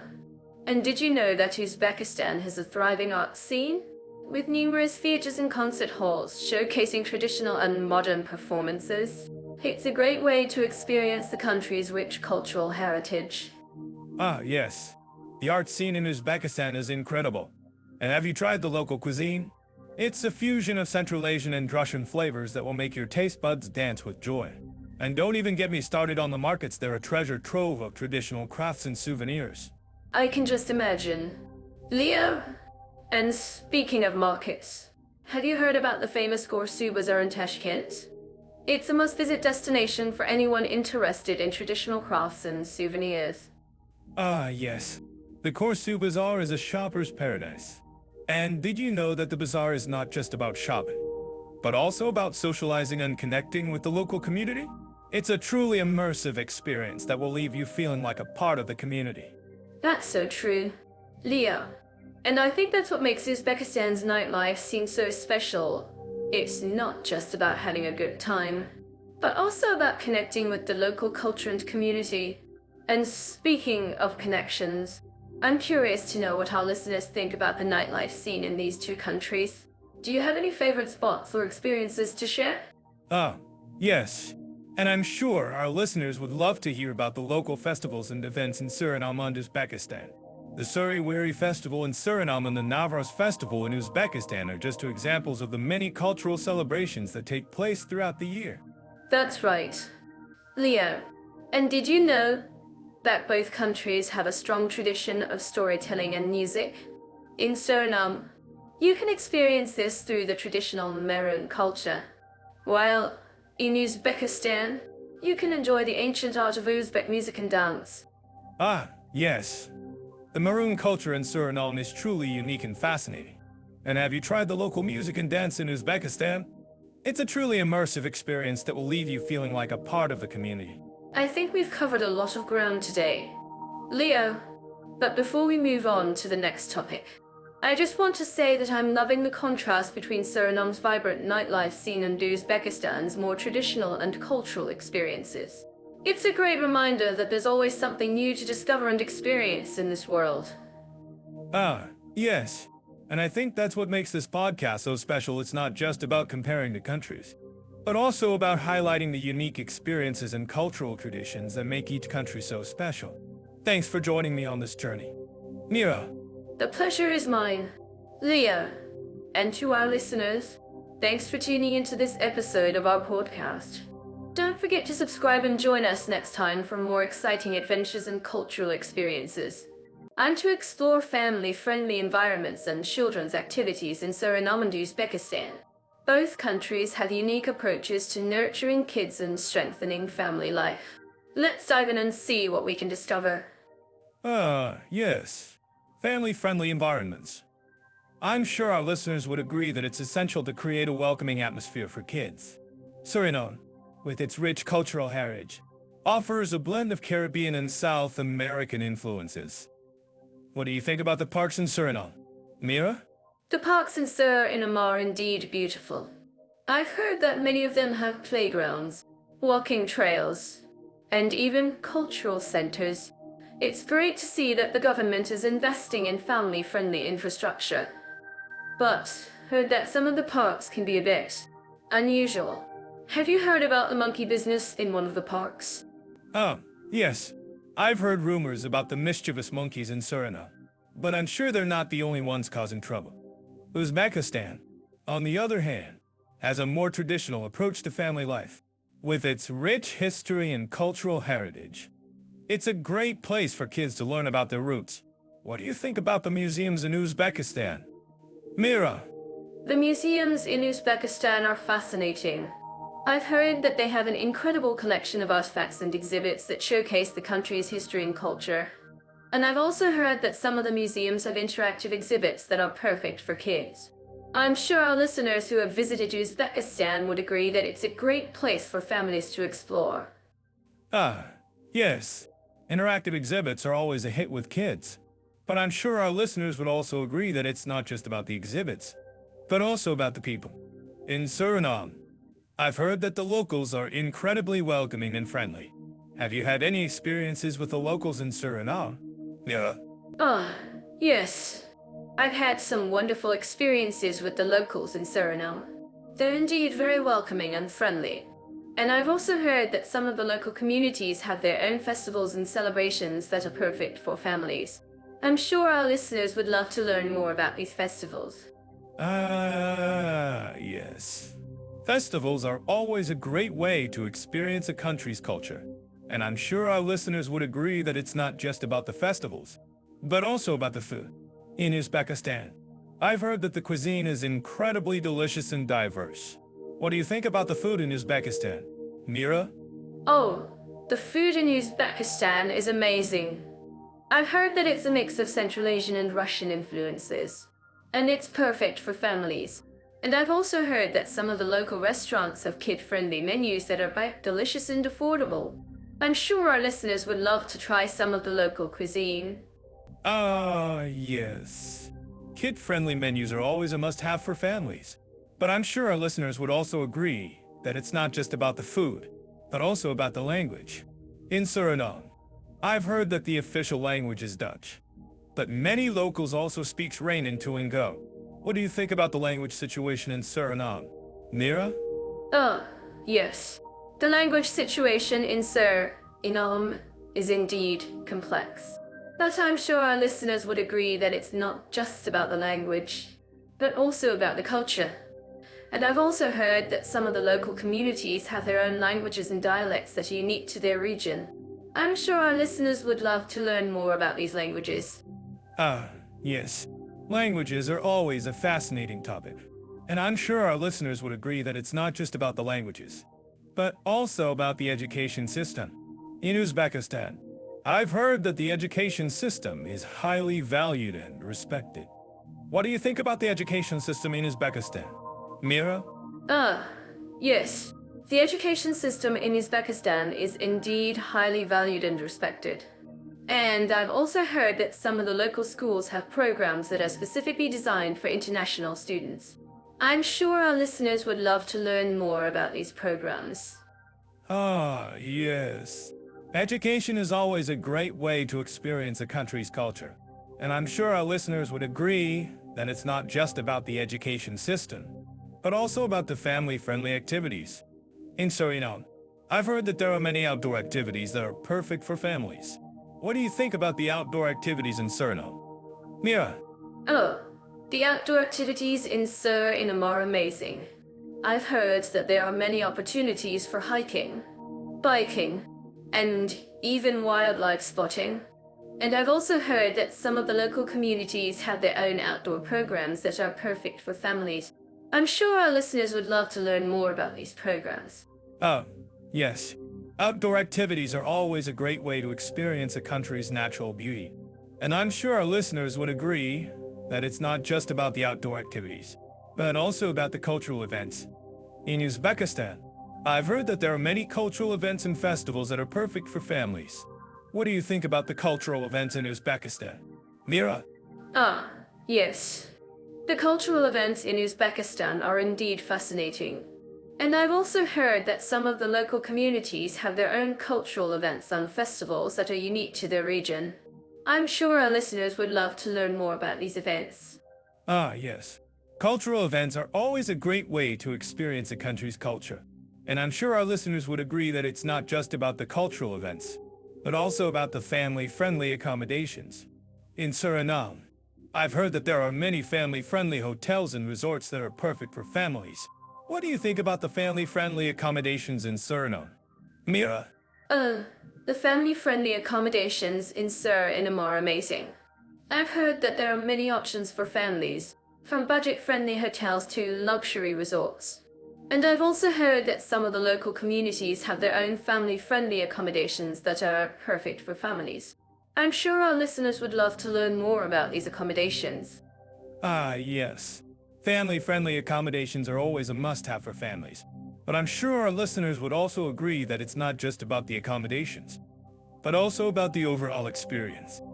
And I'm sure our listeners would agree that both Suriname and Uzbekistan offer a unique and unforgettable experience for families. So, in Normandy, Uzbekistan, two countries that might not be the first to come to mind when of LGBT-friendly atmospheres. But let's dive in and see what we can find. Suriname, a small country in South America, has a rich cultural heritage and a diverse population. I'm curious to know, what's the current state of LGBT rights in Suriname? Well, Mira, it's a mixed bag, to be honest. While Suriname has made some progress in recent years, it's still a largely conservative country. However, the LGBT community is growing, and there are some amazing organizations and activists working to promote inclusivity and acceptance. That's great to hear. Leo! I'm sure our listeners living in Suriname would agree with me that it's essential to have a safe and welcoming environment for everyone. Now, let's move on to Uzbekistan, a country in Central Asia with a rich history and culture. What's the situation like for LGBT individuals in Uzbekistan? Well, Mia, it's a bit of a challenging situation. Uzbekistan has a relatively restrictive laws and attitudes towards LGBT individuals, and there have been reports of police harassment and detention. However, there are also some positive developments, such as the growing presence of LGBT organizations and activists, who are working to promote human rights and visibility. I see. Leo, it's interesting to note that both countries have a long way to go in terms of promoting LGBT rights and acceptance. But, as we always say, every journey starts with a single step. And it's heartening to see that there are people working towards creating a more inclusive environment. Speaking of which, I'm actually curious about what our listeners think about this. If you think this is wrong, please let us know in the comments. Well, Mia, I think we can all agree that it's time for a change. And that's exactly what's happening in both Suriname and Uzbekistan. The LGBT community is becoming more visible and vocal. And that's a great step forward. But I have to ask, Mira, what do you think is the most significant challenge facing the LGBT community in these countries? That's a great question. Leo, I think one of the biggest challenges is the lack of education and awareness about LGBT issues. Many people in these countries may not fully understand the struggles that LGBT individuals face, and that can lead to stigma and discrimination. But I'm also heartened to see that there are many organizations and activists working to change this. Absolutely. Mia, education and awareness are key to promoting understanding and acceptance. And I think it's also important to recognize the efforts of LGBT individuals and organizations in these countries who are working tirelessly to promote human rights and visibility. I'm sure our listeners would agree with me on that one. Indeed. Leo. And speaking of efforts, I'm sure our listeners would love to know more about the amazing work being done by LGBT organizations in Suriname and Uzbekistan.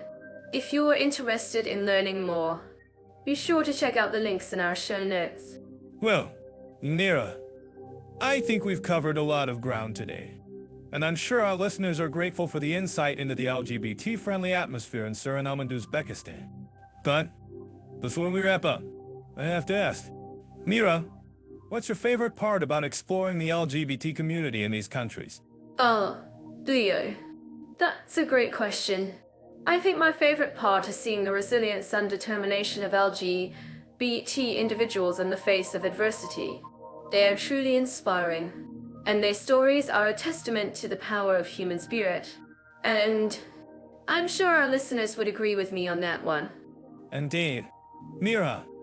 And with that, we come to the end of our discussion on LGBT-friendly atmospheres in Suriname and Uzbekistan. I hope our listeners have enjoyed this conversation, and I'm sure they'll be inspired to learn more about these amazing countries and their LGBT communities. Absolutely. Leo. And before we go, I just want to say thank you to our listeners for joining us on this journey. We're always grateful for your feedback and support, and we hope you'll continue to join us on future episodes. I'm convinced that both Suriname and Uzbekistan have warm hearts when it comes to hospitality. In Suriname, the phrase "whenever I welcome you" is a common greeting that truly reflects the culture's openness to visitors. That's really sweet. In Uzbekistan, I've noticed that people often use the phrase "salam hello" and it's a genuine expression of welcome. But what's interesting is that they also have a tradition of dost or kwana ceremonial table setting where guests are treated to a lavish spread of food and drinks. Oh, that sounds amazing. In Suriname, I've experienced a similar tradition of das to, or a ceremonial meal where the whole community comes together to share food and stories. It's a wonderful way to build connections and break down cultural barriers. Exactly. And in Uzbekistan, I've noticed that even in the most remote villages, people are eager to share their hospitality with visitors. They'll often invite you to join them for a meal or a cup of tea. And it's not just about the food, but about the company and the conversation. That's so true. In Suriname, I've had similar experiences where locals would invite me to join them for a mottuk, a traditional dish made from green bananas, and it was always a wonderful opportunity to learn about their culture and traditions. I'm actually curious about what our listeners think about this. Do you guys think that hospitality is a universal language that can bridge cultural differences? I think it's definitely a great starting point. In both Suriname and Uzbekistan, I've seen how hospitality can bring people together and create a sense of community. And I'm sure our listeners living in these countries would agree with me that it's a vital part of the cultural fabric. Absolutely. And it's not just about the food and the drinks, but about the warmth and the kindness that people show to visitors. In Uzbekistan, I've noticed that even in the midst of a bustling city, people will still take the time to stop and chat with you. And it's a really refreshing experience. That's so true. In Suriname, I've had similar experiences where locals would stop and chat with me on the street. And it was always a wonderful opportunity to practice my Dutch and learn more about the culture. I'm certain that our listeners living in Uzbekistan would agree with me that the hospitality is not just limited to the big cities, but is also present in the smaller villages and towns. And I think that's what makes both Suriname and Uzbekistan so unique, the way they blend traditional hospitality with modern amenities and cultural practices. It's a truly fascinating experience to explore. Well, I think that's a great point to wrap up this topic. But before we go, I have to ask, have any of our listeners had any particularly memorable experiences with hospitality in either Suriname or Uzbekistan? That's a great question. I'm sure our listeners would love to share their own stories and experiences. Let's hear from you in the comments below. And don't forget to like and subscribe to our channel for more content on cultural exchange and travel. We'll be back with another exciting topic soon. I'm sure our listeners in Suriname are familiar with the phrase "internet is life." But have you guys noticed how often the Wi-Fi just decides to disappear? It's like the internet is playing a game of hide and seek with us. That's so true. I've been there too. Nira. But seriously, Suriname's internet infrastructure is still developing. They're working on expanding their fiber optic network, which should improve connectivity in the long run. That's great to hear. Leo, and speaking of connectivity, have you noticed how many internet cafes are popping up in Suriname? I mean, they're like the lifeblood of the internet in that country. Exactly. And it's not just about the infrastructure. The government is also making efforts to promote digital literacy and online safety.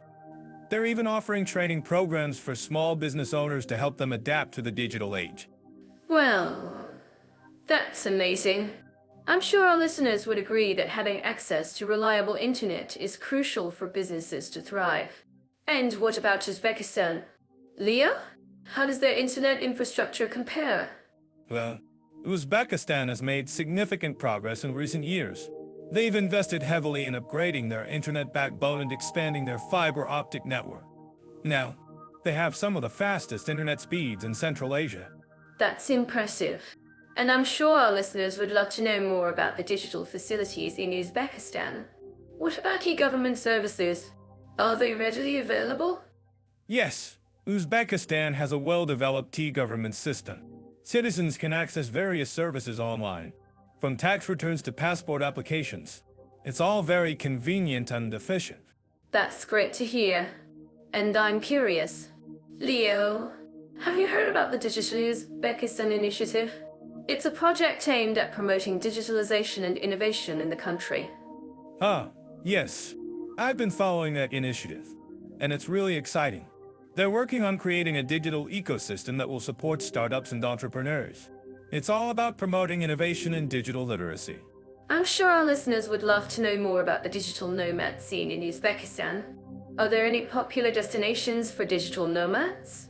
Actually, yes. Uzbekistan has become a popular destination for digital nomads. They can find affordable co-working spaces, high-speed internet, and a growing expat community. It's a great place to work remotely and experience the local culture. That sounds amazing. And I'm sure our listeners would agree that having access to reliable internet and digital facilities is essential for remote work. Let's talk more about the digital landscape in Suriname and Uzbekistan. What are some of the challenges they face? Well, one of the challenges in Suriname is the lack of infrastructure in rural areas. Many communities still rely on slow internet, or even no internet at all. It's a challenge that the government is working to address. That's a great point. Leo, and I'm sure our listeners would agree that bridging the digital divide is crucial for economic development. In Uzbekistan, what are some of the challenges they face? One of the challenges in Uzbekistan is the issue of online censorship. The government has been cracking down on online freedom of speech, which can be a challenge for digital nomads and entrepreneurs. I see. Well, it's clear that both countries have their unique challenges and opportunities when it comes to internet infrastructure and digital facilities. Let's talk more about the role of technology in modern living. Absolutely. Technology has revolutionized the way we live and work. From smart cities to digital nomad hubs, technology is transforming the way we interact with our surroundings. That's so true. And I'm sure our listeners would agree that having access to reliable internet and digital facilities is essential for modern living. Let's wrap up this topic by talking about the future of internet infrastructure in both countries. Well, I think it's clear that both Suriname and Uzbekistan are making efforts to improve their internet infrastructure. They're investing in fiber optic networks, promoting digital literacy, and supporting innovation. That's great to hear. Leah, and I'm sure our listeners would agree that having access to reliable internet and digital facilities is crucial for economic development and modern living. Thanks for sharing your insights with us today. Leah. Thanks, Mira. It's been a pleasure discussing the internet infrastructure and digital facilities in Suriname and Uzbekistan. And so to dive into the shopping scene in Suriname and Uzbekistan. Who else loves bargain hunting and scoring amazing deals?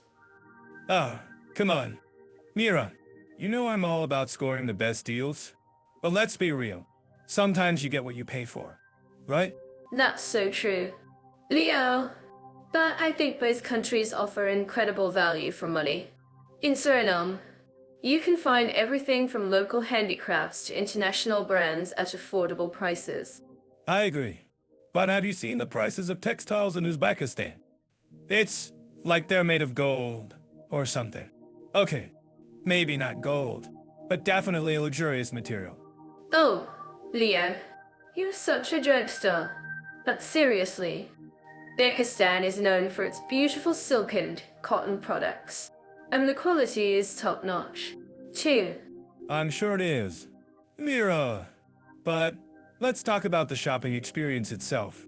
In Suriname, you've got bustling markets like the Watercat Market in Paramaribo, where you can find everything from fresh produce to handmade crafts. And in Uzbekistan, you've got the ancient Silk Road cities like Samarkand and Bukhara, where you can find incredible souks and bazaars filled with spices, textiles, and jewelry. You make it sound like a treasure hunt. Mira, but seriously, both countries offer a unique shopping experience that's definitely worth exploring. I'm certain that our listeners living in these countries would agree with me. They know that shopping in Suriname and Uzbekistan is all about discovering hidden gems and scoring amazing deals. Well, I'm sure they would love to share their own shopping tips and experiences with us. So, let's get the conversation started. What are some of your favorite shopping spots in Suriname and Uzbekistan? Oh, I'd love to hear about them. And don't forget to share your thoughts on the price-performance balance in both countries. Will do. Mira, but first, let's talk about the local markets in Suriname. Have you been to the water camp market? Mira? Actually, I have. And let me tell you, it's a shopper's paradise. You can find everything from fresh produce to handmade crafts. Wow, that sounds amazing. And I'm sure our listeners would love to hear about it. Maybe we can even get some tips from them on how to navigate the market like a pro. That's a great idea.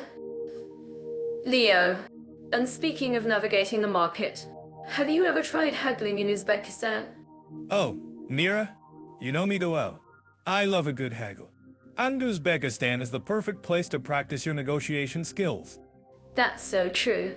Leo, and the best part is, you can find some amazing deals if you're willing to haggle. Exactly.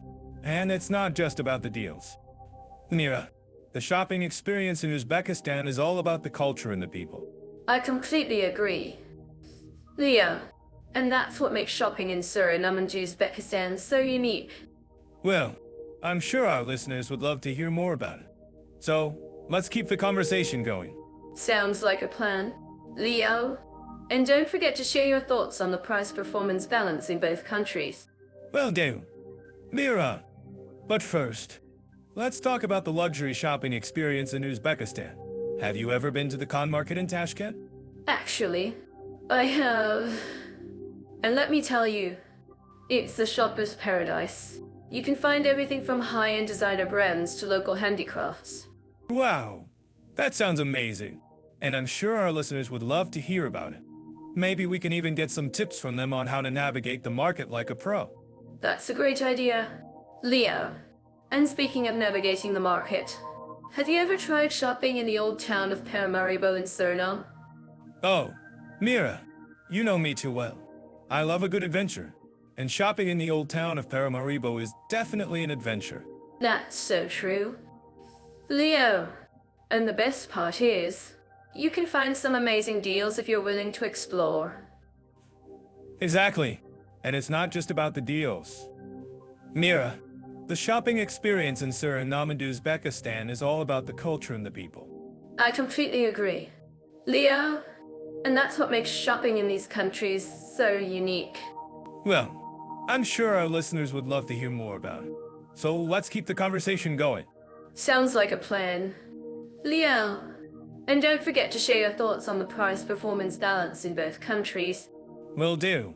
Mira, but first, let's talk about the local handicrafts in Suriname. Have you ever tried making any of the local crafts yourself? Actually, I have. And let me tell you, it's a lot of fun. You can make everything from hand-made jewelry to traditional clothing. Wow, that sounds amazing. And I'm sure our listeners would love to hear about it. Maybe we can even get some tips from them on how to make some of the local crafts. That's a great idea. Leo, and speaking of local crafts, have you ever tried shopping in the old town of Bukhara in Uzbekistan? Oh, Mira, you know me too well. I love a good adventure. And shopping in the old town of Bukhara is definitely an adventure. That's so true. Leo, and the best part is, you can find some amazing deals if you're willing to explore. Exactly. And it's not just about the deals. Mira, the shopping experience in Suriname and Uzbekistan is all about the culture and the people. I completely agree. Leo, and that's what makes shopping in these countries so unique. Well, I'm sure our listeners would love to hear more about it. So, let's keep the conversation going. Sounds like I'm so to dive into the cultural events, festivals, and concert opportunities in Suriname and Uzbekistan. Who's ready to get this party started? I know I am, and I'm sure our listeners are too. But let's start with Suriname. Shall we? I've heard their festivals are a real treat. Treat? That's an understatement.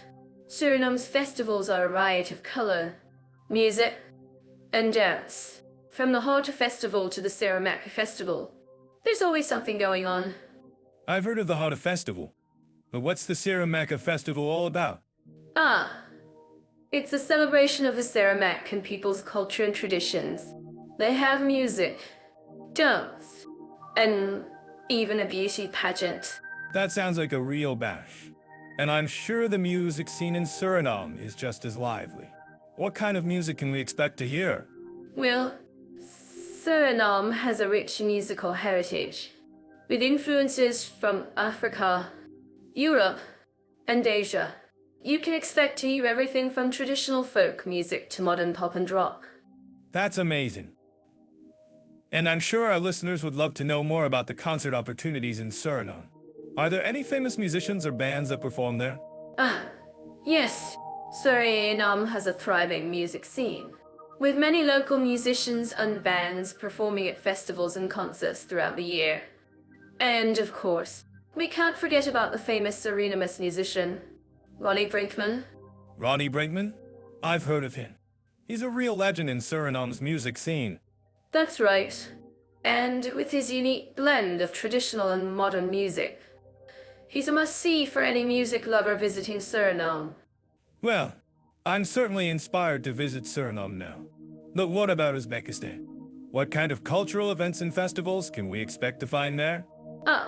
Uzbekistan has a rich cultural heritage, with many festivals and events throughout the year. From the Nowruz Festival to the Now Easy Festival, there's always something going on. Now Easy Festival? I've heard of that one. It's a celebration of the spring equinox.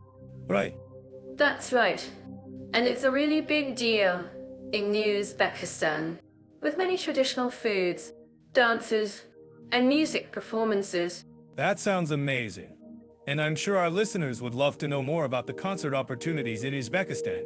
Are there any famous musicians or bands that perform there? Oh, yes.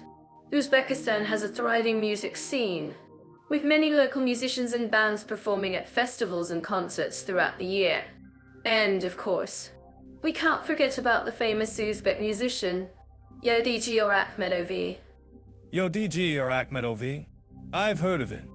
He's a real legend in Uzbekistan's music scene. That's right. And with his unique blend of traditional and modern music, he's a must-see for any music lover visiting Uzbekistan. Well, I'm certainly inspired to visit Uzbekistan now. And I think our listeners are too. Thanks to Jetoff AI, we've been able to gather all this information and more. That's right. And for more information on cultural events, festivals, and concert opportunities in Surin, Uzbekistan, be sure to check out Jetoff AI. They have a wealth of information on both countries, including the best festivals to attend and the most popular music venues. That's a great resource, and I'm sure our listeners will appreciate it. Thanks for joining us on this episode of Cultural Events, Festivals and Concert Opportunities. And thanks for tuning in. Everyone, don't forget to like and subscribe to our podcast for more exciting episodes like this one. And if you have any questions or comments, be sure to leave them in the comments section below. Stay cultural and keep on dancing. That's all for now. Folks, thanks again for joining us on this episode of Cultural Events, Festivals and Concert Opportunities. And don't forget to check out Jetoff AI for more information on Suriname and Uzbekistan. When it comes to Suriname, the opportunities for learning the local language, Srain and Tuingo, are quite unique. The country has a rich cultural heritage, and language is a big part of it. I'm curious, Leo, have you come across any language schools or programs that cater specifically to foreigners? Yes. Suriname has a number of language schools that offer courses in Srain and Tuingo. One of them is the Srain and Tuingo Language School, which offers classes for all levels, from beginner to advanced. And, as an added bonus, they also offer cultural immersion programs, where you can live with a local family and learn the language in a more authentic way. I'm sure our listeners would love to know more about this program. That sounds like a fantastic opportunity for language learners. And I'm sure our listeners would agree that living with a local family is an excellent way to immerse oneself in the language and culture. But Leo, what about the challenges of learning Sri-Go? I've heard it's a bit of a tricky language to master. Ah, yes. Sri-Go can be a bit challenging for foreigners to learn, but that's what makes it so rewarding, right? The language has a unique grammar and syntax, and it's heavily influenced by various indigenous languages and Dutch. But don't worry, there are many resources available to help learners overcome these challenges. For example, there are online language courses, language exchange programs, and even language learning apps that can help you master the language. That's great to know, Leo. And I'm sure our listeners would appreciate the tip about online language courses and language learning apps. But let's move on to Uzbekistan, which is our second country of focus.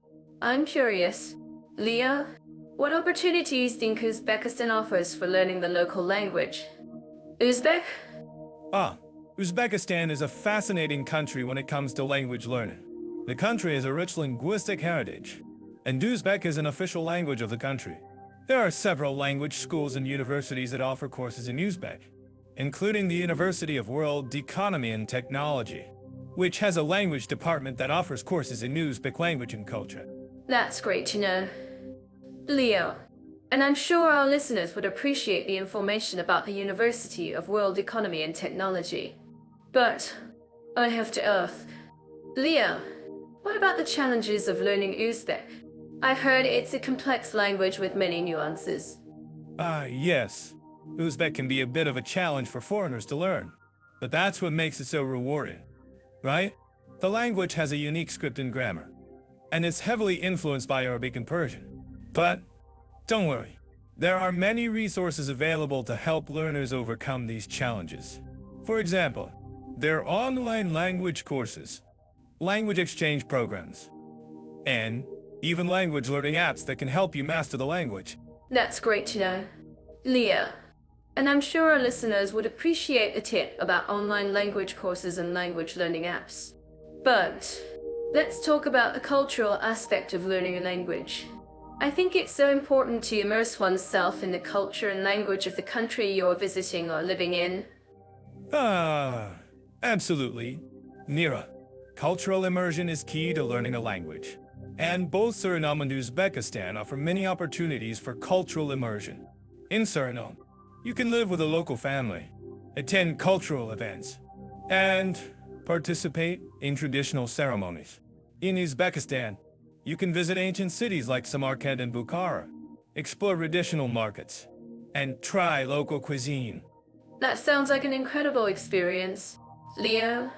And I'm sure our listeners would love to know more about the cultural events and traditional ceremonies in Suriname. Can you tell us more about that? Yes, certainly. In Suriname, you can attend cultural events like the Sri-Go Language and Culture Festival, which celebrates the language and culture of the Surinamese people. You can also participate in traditional ceremonies like the Samarkand ceremony, which is a traditional ceremony performed by the Samarkand people. That sounds like an incredible experience, Leo. And I'm sure our listeners would appreciate the information about the cultural events and traditional ceremonies in Suriname. But let's talk about the importance of learning the local language. I think it's so important for foreigners to learn the local language when visiting or living in a foreign country. Absolutely. Mira, learning the local language is key to understanding the culture and customs of the country you're visiting or living in. And both Suriname and Uzbekistan offer many opportunities for language learners to practice their skills and improve their language abilities. I'm so to dive into this topic with you, Leo, and explore how Suriname and Uzbekistan stack up in terms of safety and comfort for women travelers. From what I've gathered, both countries have made significant strides in promoting women's rights and empowerment. But let's start with the numbers, or rather, the lack thereof. Suriname, with its small population and relatively low crime rate, seems to be a safe haven for women travelers. What are your thoughts on this, Leo? Yes. Suriname. I've had the pleasure of visiting the country a few times, and I must say, the locals are incredibly friendly and welcoming. However, I do think it's essential to note that Suriname has a history of patriarchal attitudes, which can sometimes manifest in subtle ways. For instance, women may face pressure to dress modestly or adhere to traditional gender roles.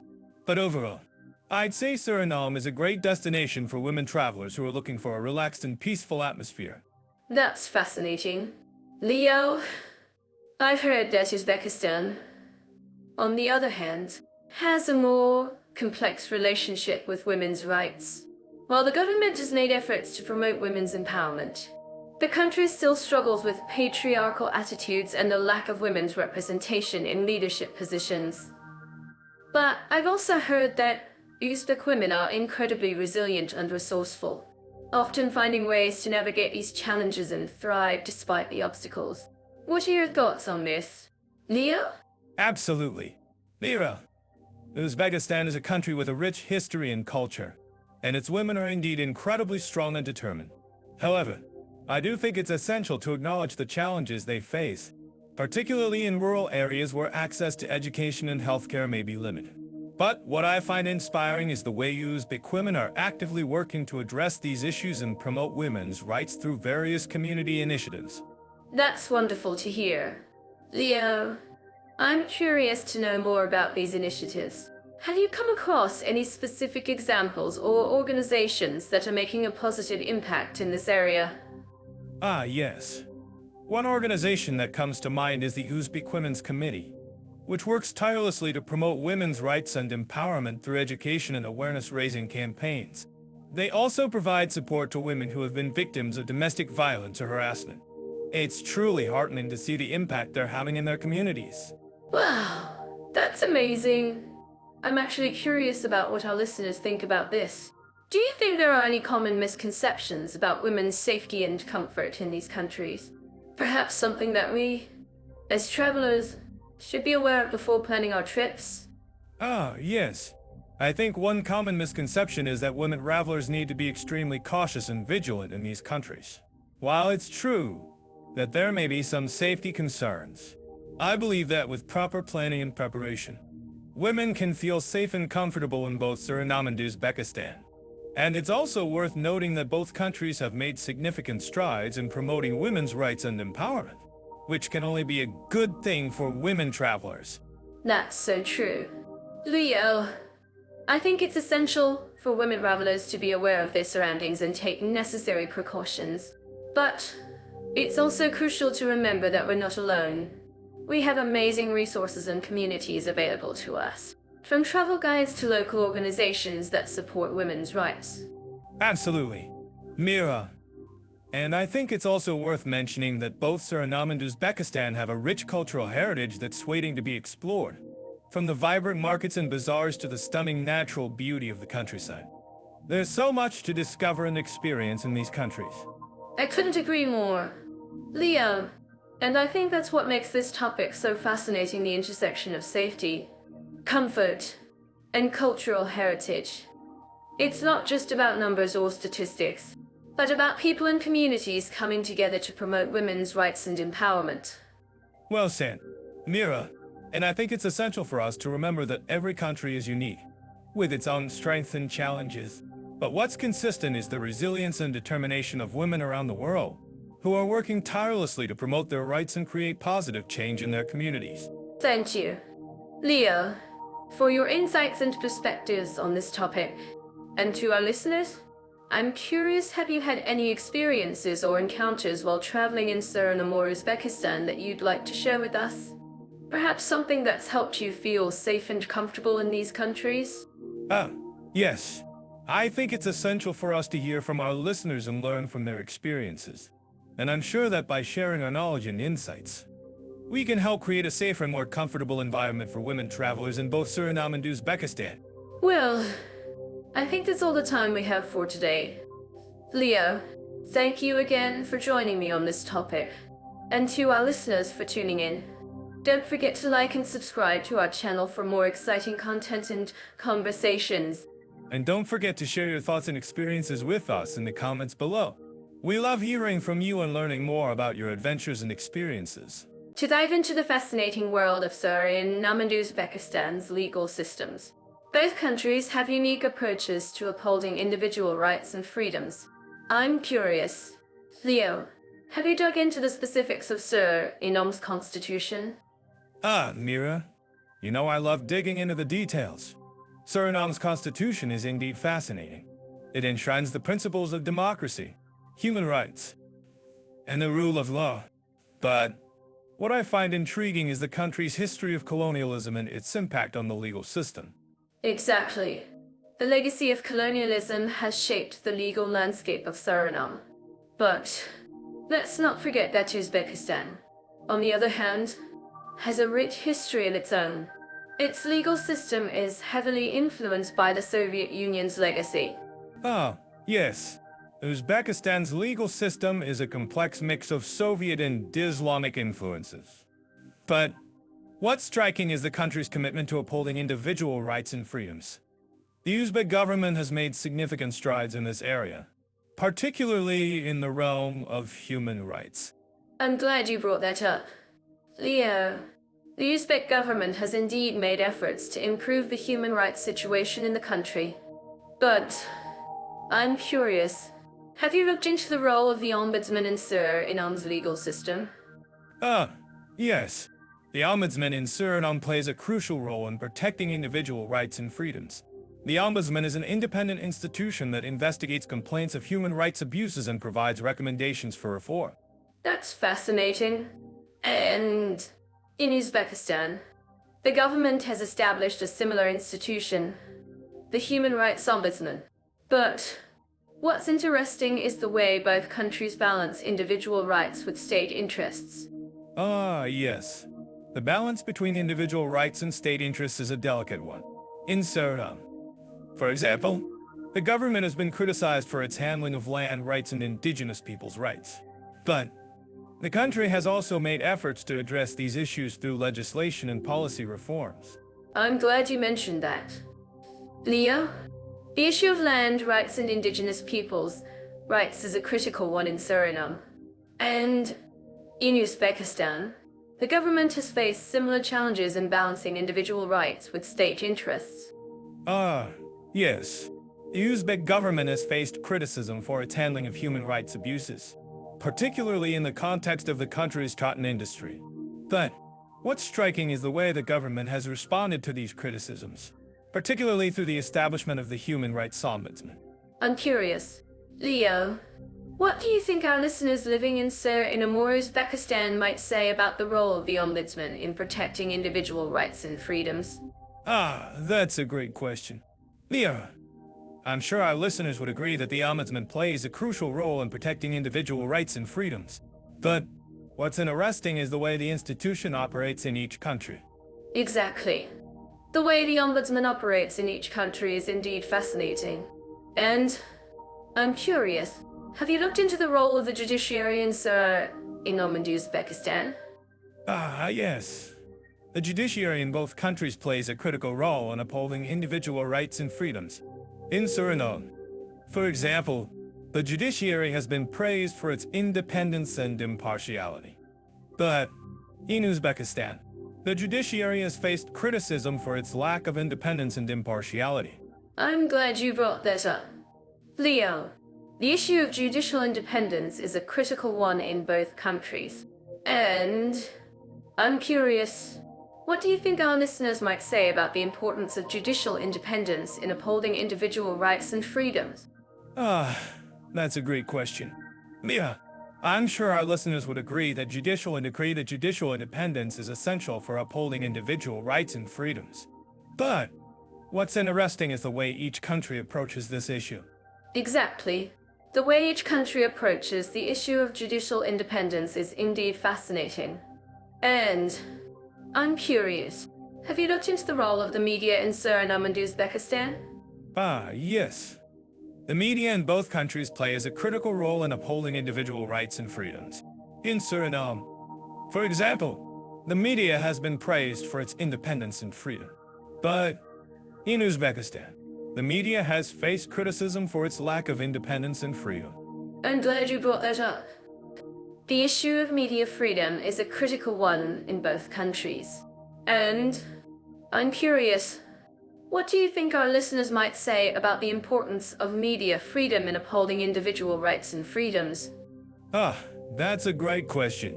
Mira, I'm sure our listeners would agree that media freedom is essential for upholding individual rights and freedoms. But what's interesting is the way each country approaches this issue. Exactly. The way each country approaches the issue of media freedom is indeed fascinating. And I'm curious, have you looked into the role of civil society in Suriname and Uzbekistan? Ah, yes. Civil society in both countries plays a critical role in upholding individual rights and freedoms. In Suriname, for example, civil society has been praised for its activism and advocacy. But in Uzbekistan, civil society has faced criticism for its lack of freedom and autonomy. I'm glad you brought that up. Leo, the issue of civil society's role in upholding individual rights and freedoms is a critical one in both countries.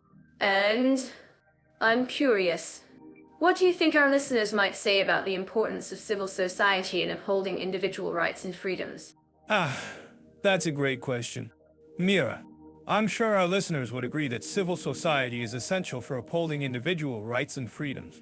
But what's interesting is the way each country approaches this issue. Exactly. The way each country approaches the issue of civil society's role in upholding individual rights and freedoms is indeed fascinating. I'm to dive into spa, healthy living, and relaxation opportunities in Suriname and Uzbekistan. Both countries have unique approaches to wellness, and I'm curious to explore them. That's right. Mira, let's start with Suriname, which has a rich cultural heritage in the blend of African, European, and Indigenous influences. I'm sure our listeners living in Suriname would agree that the country's laid-back atmosphere is perfect for relaxation. Absolutely. Leo, and speaking of relaxation, Suriname has some amazing spas and wellness centers that offer traditional massages and treatments using local herbs and plants. Have you ever tried a Surinamese massage? Well, I've tried a few massages in my time, but I'm not sure if I've ever had a Surinamese massage. However, I do know that Suriname is famous for its medicinal plants, and many of these plants are used in traditional medicine and spa treatments. That's fascinating. In Uzbekistan, I've heard that the traditional hammam is a big part of the country's wellness culture. Can you tell us more about that? Leo? Ah, yes. The hammam is a traditional Uzbek bathish where people go to relax and socialize. It's a very social experience. And it's not just about getting clean, it's also about bonding with your community. That sounds wonderful. I've also heard that Uzbekistan has a strong tradition of herbal medicine. Do you know more about that? Leo? Yes. Uzbekistan has a long history of using herbs for medicinal purposes. In fact, many of the country's traditional remedies are still used today, and they're often combined with modern Western medicine. I'm curious about the cultural attitudes towards wellness in these countries. In Suriname, I've noticed that people tend to prioritize relaxation and leisure time. Do you think that's true in Uzbekistan as well? Actually, I think that's a great point. Mira, in Uzbekistan, people also prioritize relaxation and socializing, but in a different way. For example, the traditional Uzbek tea ceremony is a big part of the country's culture, and it's all about socializing and relaxing with friends and family. That's beautiful. I think our listeners would love to know more about the traditional tea ceremony in Uzbekistan. Can you tell us more about it? Leo? Sure. The traditional Uzbek tea ceremony is a very formal and ritualized process, and it's all about showing respect and hospitality to your guests. It's a big part of Uzbek culture, and it's still practiced today. I'm fascinated by the cultural nuances of these countries. In Suriname, I've noticed that people tend to prioritize community and social connections. Do you think that's true in Uzbekistan as well? Actually, I think that's a great point. Mira, in Uzbekistan, people also prioritize community and social connections, but in a different way. For example, the traditional Uzbek concept of Tero VIH is all about community and social responsibility. That's interesting. I think our listeners would love to know more about the concept of Tero VIH in Uzbekistan. Can you tell us more about it? Leo? Sure. The concept of Tero VIH is all about community and social responsibility. And it's a big part of Uzbek culture. It's about looking out for your neighbors and community, and it's still practiced today. I'm so glad we're having this conversation. I think our listeners would love to know more about the unique wellness approaches in these countries. Do you have any final thoughts? Leo? Actually, I think we've just scratched the surface of these countries' wellness cultures. There's so much more to explore, and I think our listeners would love to hear more about it. Let's keep the conversation going in the comments below. That's a great idea. Leo, and to our listeners, I'm curious, what do you think about the wellness cultures in Suriname and Uzbekistan? Do you have any favorite wellness practices or traditions from these countries? Well, I think we've got a lot to discuss. Mira, let's keep the conversation going. So, let's talk about Suriname and Uzbekistan, two countries with unique approaches to religious and spiritual needs. I'm curious, Leo, how do you think these countries balance tradition with modernity? Well, Mira, in Suriname, you have a mix of Indigenous, African, and Asian influences, which makes for a fascinating cultural melting pot. They have a strong emphasis on community and family, which is reflected in their religious practices. That's so true. I read that Suriname has a relatively high percentage of people who identify as Christian, but they also have a significant Hindu and Muslim population. It's amazing to see how they manage to coexist and celebrate each other's traditions. Exactly. And in Uzbekistan, you have a rich history of Islam, but also a strong influence of Soviet-era secularism. They've had to navigate the challenges of balancing their traditional values with the modern world. I'm actually curious about what our listeners think about this. Do you think it's more difficult for countries with a strong religious identity to adapt to modernity? Or is it a challenge that can be overcome with the right balance of tradition and innovation? Good question. Mira, I think it's a bit of both. On one hand, countries with a strong religious identity can struggle to adapt to changing times. But on the other hand, embracing their heritage can also be a source of strength and resilience. That's a great point, Leo. And speaking of resilience, I've heard that Suriname has a strong tradition of community-based spiritual practices, such as the use of sacred plants and rituals to connect with nature. Ah, yes. And in Uzbekistan, they have a rich tradition of Sufi mysticism, which emphasizes the importance of spiritual growth and self-awareness. It's fascinating to see how these different spiritual traditions intersect and influence each other. I'm certain that our listeners living in these countries would agree with me that community and spirituality are essential components of daily life. But what about the role of government in supporting or restricting these practices? How do you think Suriname and Uzbekistan approach this issue? Well, Mira, in Suriname, the government has a relatively hands-off approach to religion, which allows for a high degree of freedom of worship. In Uzbekistan, however, the government has been known to restrict certain forms of Islamic practice, such as the use of certain headscarves or the celebration of certain holidays. I see what you mean. Leo, it's interesting to note that Suriname has a relatively high level of religious freedom, but Uzbekistan has had to navigate the complexities of balancing Islamic tradition with Soviet-era secularism. Exactly. And it's worth noting that both countries have a strong tradition of interfaith dialogue and cooperation, which is essential for building a more harmonious and inclusive society. That's so true. Leo, and speaking of harmony, I've heard that Suriname has a beautiful tradition of spiritual music and dance, which brings people together in celebration of their faith. Ah, yes. And in Uzbekistan, they have a rich tradition of classical music and dance, which is deeply rooted in their Islamic heritage. It's fascinating to see how music and dance can be used to express and celebrate spiritual values. I'm actually curious about what our listeners think about the role of music and dance in spiritual practices. Do you think it's essential for expressing and celebrating faith? Or is it just a nice addition? Good question. Mira, I think music and dance can be a powerful way to express and celebrate spiritual values. But it's also essential to respect the diversity of cultural and spiritual traditions. That's a great point, Leo. And finally, I want to ask our listeners if you're living in Suriname or Uzbekistan. What are some of the ways that you find spiritual growth and connection in your daily life? Well, Mira, I think it's essential to acknowledge that spiritual growth and connection are highly personal and individual experiences. But in both Suriname and Uzbekistan, there are many community-based initiatives and programs that support spiritual growth and connection, such as meditation classes, yoga retreats, and community service projects. That's so true. And I'm certain that our listeners would agree with me that community and spirituality are essential components of daily life. Thank you, Leah, for sharing your insights on this topic. Thank you. Mira, it's been a pleasure discussing this topic with you. I'm sure our listeners will find it thought-provoking and informative. I'm certain that our listeners living in Suriname would agree with me that the country's motto, freedom, justice, and solidarity, truly reflects its commitment to social equality and respect for minorities. I think that's a great point.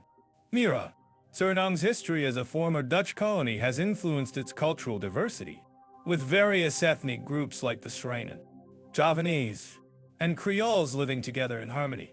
Exactly. And it's not just about coexisting. Suriname actively promotes intercultural understanding through festivals like the Suriname Festival, which celebrates the country's rich cultural heritage. That's amazing. And I've heard that Suriname has a unique tradition of intercultural marriage, where couples from different ethnic backgrounds get married in a ceremony that combines elements from both cultures. Ah, yes. It's a beautiful way to bring people together and showcase the country's commitment to social equality. I'm curious. Leo, have you ever heard of the concept of strainin in Suriname?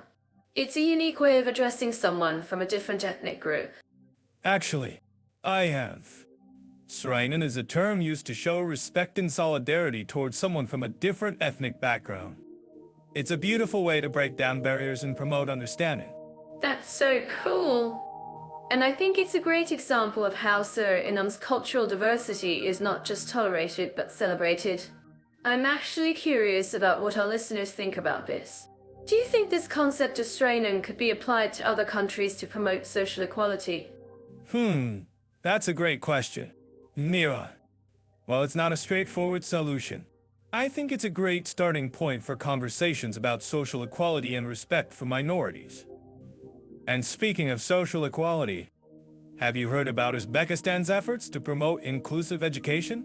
Actually, I have. Uzbekistan has made significant progress in promoting inclusive education, with a focus on integrating children with disabilities into mainstream schools. Exactly. And it's not just about education. Uzbekistan has also made efforts to promote social equality through its cultural festivals, like the Navroz celebration, which marks the beginning of spring and is a time for renewal and new beginnings. I love that. And I think it's a great way to bring people together and promote a sense of community. I'm certain that our listeners living in Uzbekistan would agree with me that the country's efforts to promote social equality and respect for minorities are truly commendable. Absolutely. Vera.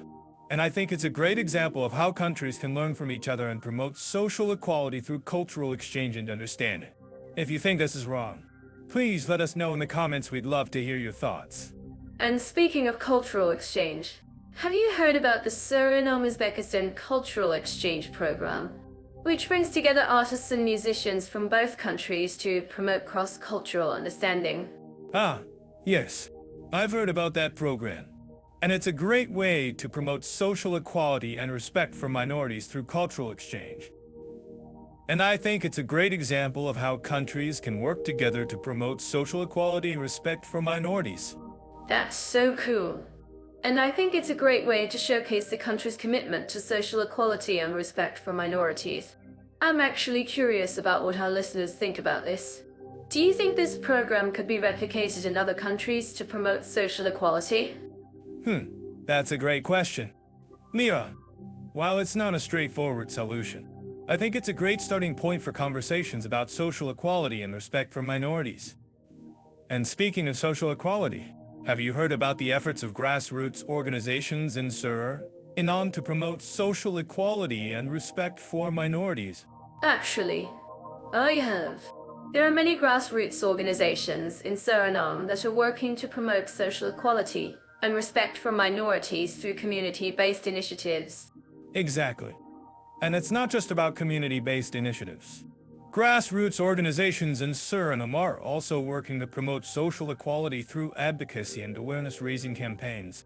Ah, I love that. And I think it's a great way to bring people together and promote a sense of community.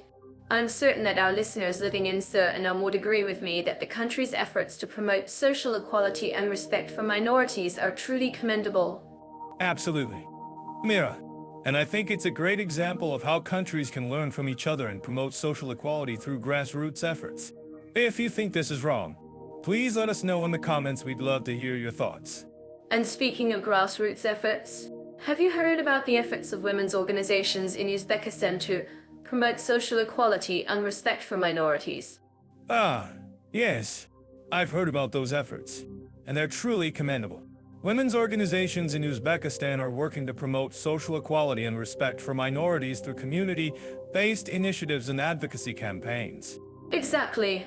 And I think it's a great way to bring people together and promote a sense of community. I'm actually curious about what our listeners think about this. Do you think these efforts could be replicated in other countries to promote social equality?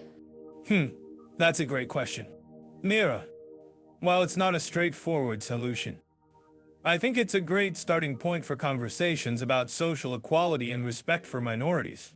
And speaking of social equality, have you heard about the efforts of the Uzbekistan government to promote inclusive policies? Actually, I have. The Uzbekistan government has made significant progress in promoting inclusive policies, with a focus on integrating people with disabilities into mainstream society. Exactly. And it's not just about inclusive policies. The Uzbekistan government has also made efforts to promote social equality through cultural festivals and events. Ah, I love that. And I think it's a great way to bring people together and promote a sense of community. I'm certain that our listeners living in Uzbekistan would agree with me that the country's efforts to promote social equality and respect for minorities are truly commendable. Absolutely.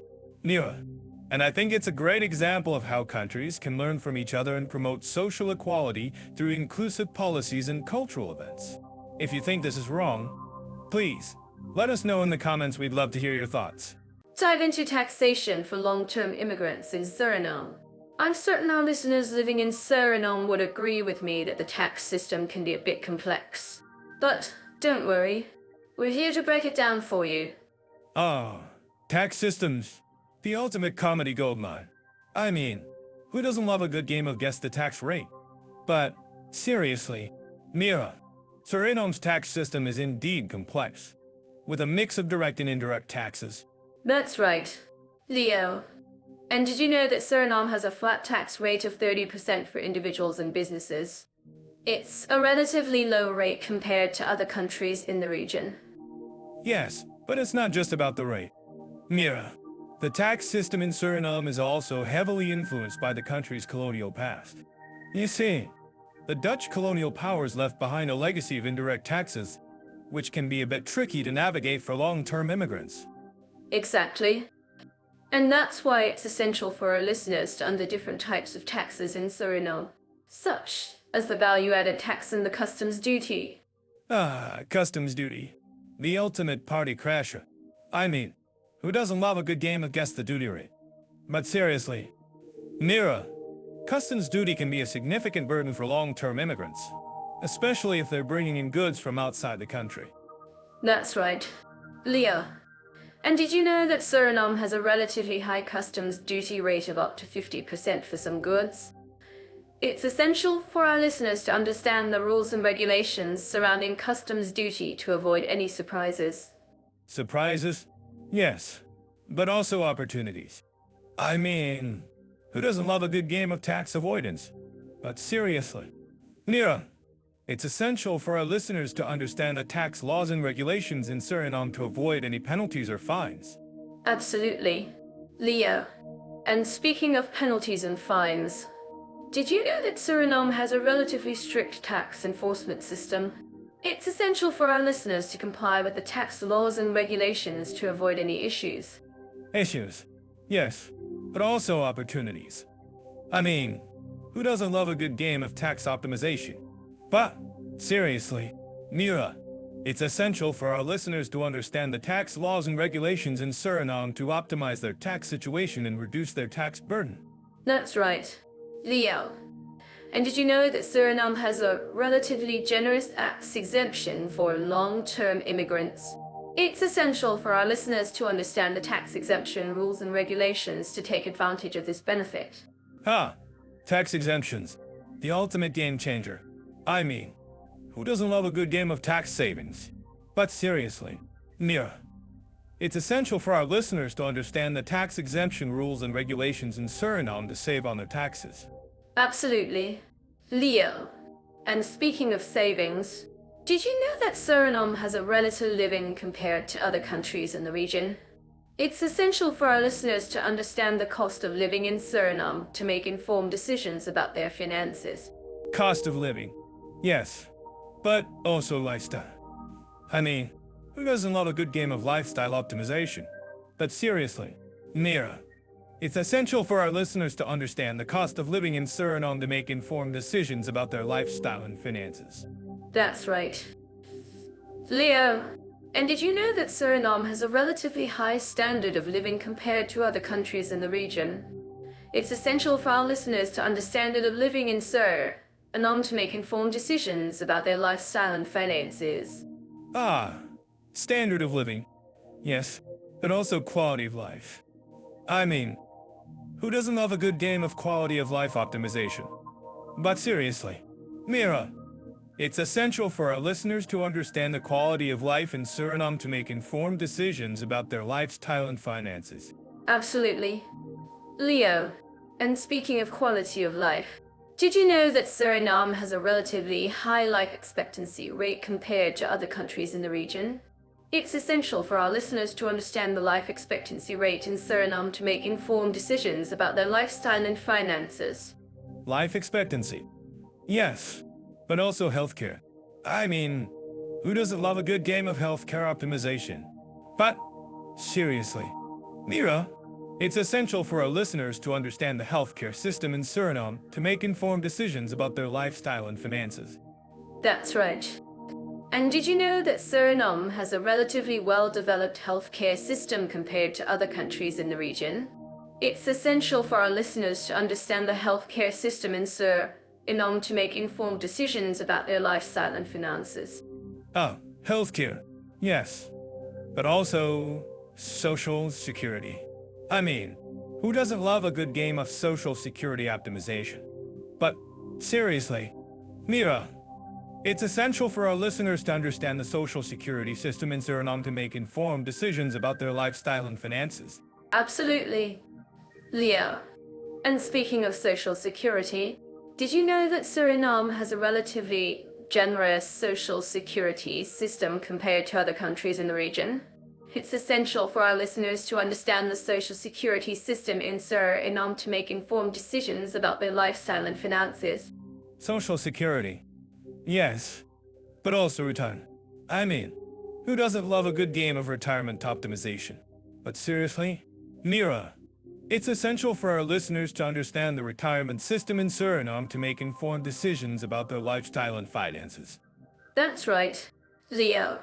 And did you know that Suriname has a relatively well-developed retirement system compared to other countries in the region? It's essential for our listeners to understand the retirement system in Suriname to make informed decisions about their lifestyle and finances. Retirement. Yes, but also pension plans. I mean, who doesn't love a good game of pension plan optimization? But seriously, Mira, it's essential for our listeners to understand the pension plans in Suriname to make informed decisions about their lifestyle and finances. Absolutely. Leo? And speaking of pension plans, did you know that Suriname has a relatively generous pension plan compared to other countries in the region? It's essential for our listeners to understand the pension plan in Suriname to make informed decisions about their lifestyle and finances. Now, let's move on to Uzbekistan and compare their taxation, retirement, and social rights for long-term immigrants. Uzbekistan. the land of ancient Silk Road cities and modern-day tax laws. I'm to dive into the details of Uzbekistan's tax system. That's right. Leo. And did you know that Uzbekistan has a relatively complex tax system compared to other countries in the region? It's essential for our listeners to understand the tax. Let's talk about Suriname and Uzbekistan. Two countries that are quite far apart but share a common thread: the enthusiasm for meeting specific interests. I'm sure our listeners living in these countries would agree with me that there's something special about finding a community that shares your passions. Absolutely. Mia, in Suriname, for instance, you have the vibrant Afro-Surinamese culture, which is a unique blend of African, Indigenous, and Dutch influences. The country is home to a diverse range of festivals and events that celebrate these cultures, such as the Inti Raymi Festival, which honors the indigenous people of Suriname. That's fascinating. In Uzbekistan, on the other hand, you have a rich cultural heritage that dates back to the Silk Road era. The country is home to many historical sites, such as the Registan in Samarkand, which is a UNESCO World Heritage Site. But what about specific interests? How do people in Uzbekistan meet their niche hobbies? That's a great question. In Suriname, for example, there are many clubs and organizations that cater to specific interests, such as the Suriname Chess Federation, which promotes chess among young people. And in Uzbekistan, you have the Uzbekistan Karate Federation, which is dedicated to promoting karate throughout the country. I'm curious about how these communities are formed and sustained. Do they have a strong online presence, or are they mostly offline? Well, in Suriname, many of these clubs and organizations have a strong online presence, with social media groups and websites that help them reach out to members and promote their activities. And in Uzbekistan, you have a mix of online and offline communities, with many clubs and organizations using social media to promote their activities and connect with members. That's interesting. I'm sure our listeners are wondering how they can get involved in these communities. Do you have any tips for our audience? Definitely. In Suriname, for example, you can check out the Suriname Community Network, which is an online platform that connects people with similar interests. And in Uzbekistan, you have the Uzbekistan Forum, which is an online platform that allows people to discuss various topics and connect with others who share their interests. Great advice. Leo, I'm sure our listeners will appreciate that. Now, let's talk about the unique aspects of each country's culture. In Suriname, you have the vibrant Afro-Surinamese culture, which is a unique blend of Afrikaan, Indigenous, and Dutch influences. And in Uzbekistan, you have a rich cultural heritage that dates back to the Silk Road era. Yes. In Uzbekistan, for example, you have the traditional Uzbek arts, such as embroidery, pottery, and wood carving, which are still practiced today. And in Suriname, you have the vibrant music scene, with genres such as calypso and Casco, which are a unique blend of African and Caribbean influences. That's amazing! I'm sure our listeners are loving the cultural insights we're sharing today. And speaking of music, I'm curious about the role of music in these countries. How do people in Suriname and Uzbekistan use music to express themselves and to connect with others? Music is a huge part of both cultures. In Suriname, for example, music is an integral part of many festivals and events, such as the Inti Raymi Festival, which I mentioned earlier. And in Uzbekistan, you have the traditional Uzbek music, such as the tar and dobro, which are still played today. I'm sure our listeners are enjoying the musical insights we're sharing today. And finally, let's talk about the unique aspects of each country's cuisine. In Suriname, you have a unique blend of Afrikaan, Indigenous, and Dutch influences, which is reflected in the country's cuisine.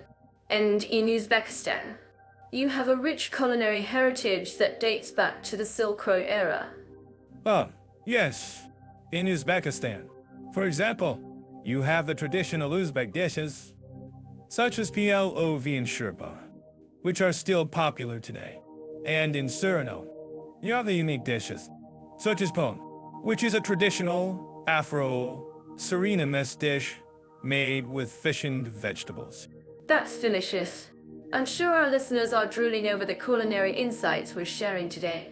And speaking of food, I'm curious about the role of food in these countries. How do people in Suriname and Uzbekistan use food to bring people together and celebrate special occasions? Food is a huge part of both cultures. In Suriname, for example, food is an integral part of many festivals and events, such as the Inti Raymi festival, which I mentioned earlier. And in Uzbekistan, you have the traditional Uzbek dishes, such as plov and shurpa, which are often served at special occasions, such as weddings and holidays. I'm sure our listeners are enjoying the culinary insights we're sharing today. And finally, let's talk about the unique aspects of each country's architecture. In Suriname, you have a unique blend of African, Indigenous, and Dutch influences, which is reflected in the country's architecture. And in Uzbekistan, you have a rich architectural heritage that dates back to the Silk Road era. Yes. In Uzbekistan, for example, you have the stunning architecture of the Registan in Samarkand, which is a UNESCO World Heritage Site. And in Suriname, you have the unique architecture of the Suriname Fort, which is a historic fort that dates back to the 17th century. That's amazing. I'm sure our listeners are loving the architectural insights we're sharing today.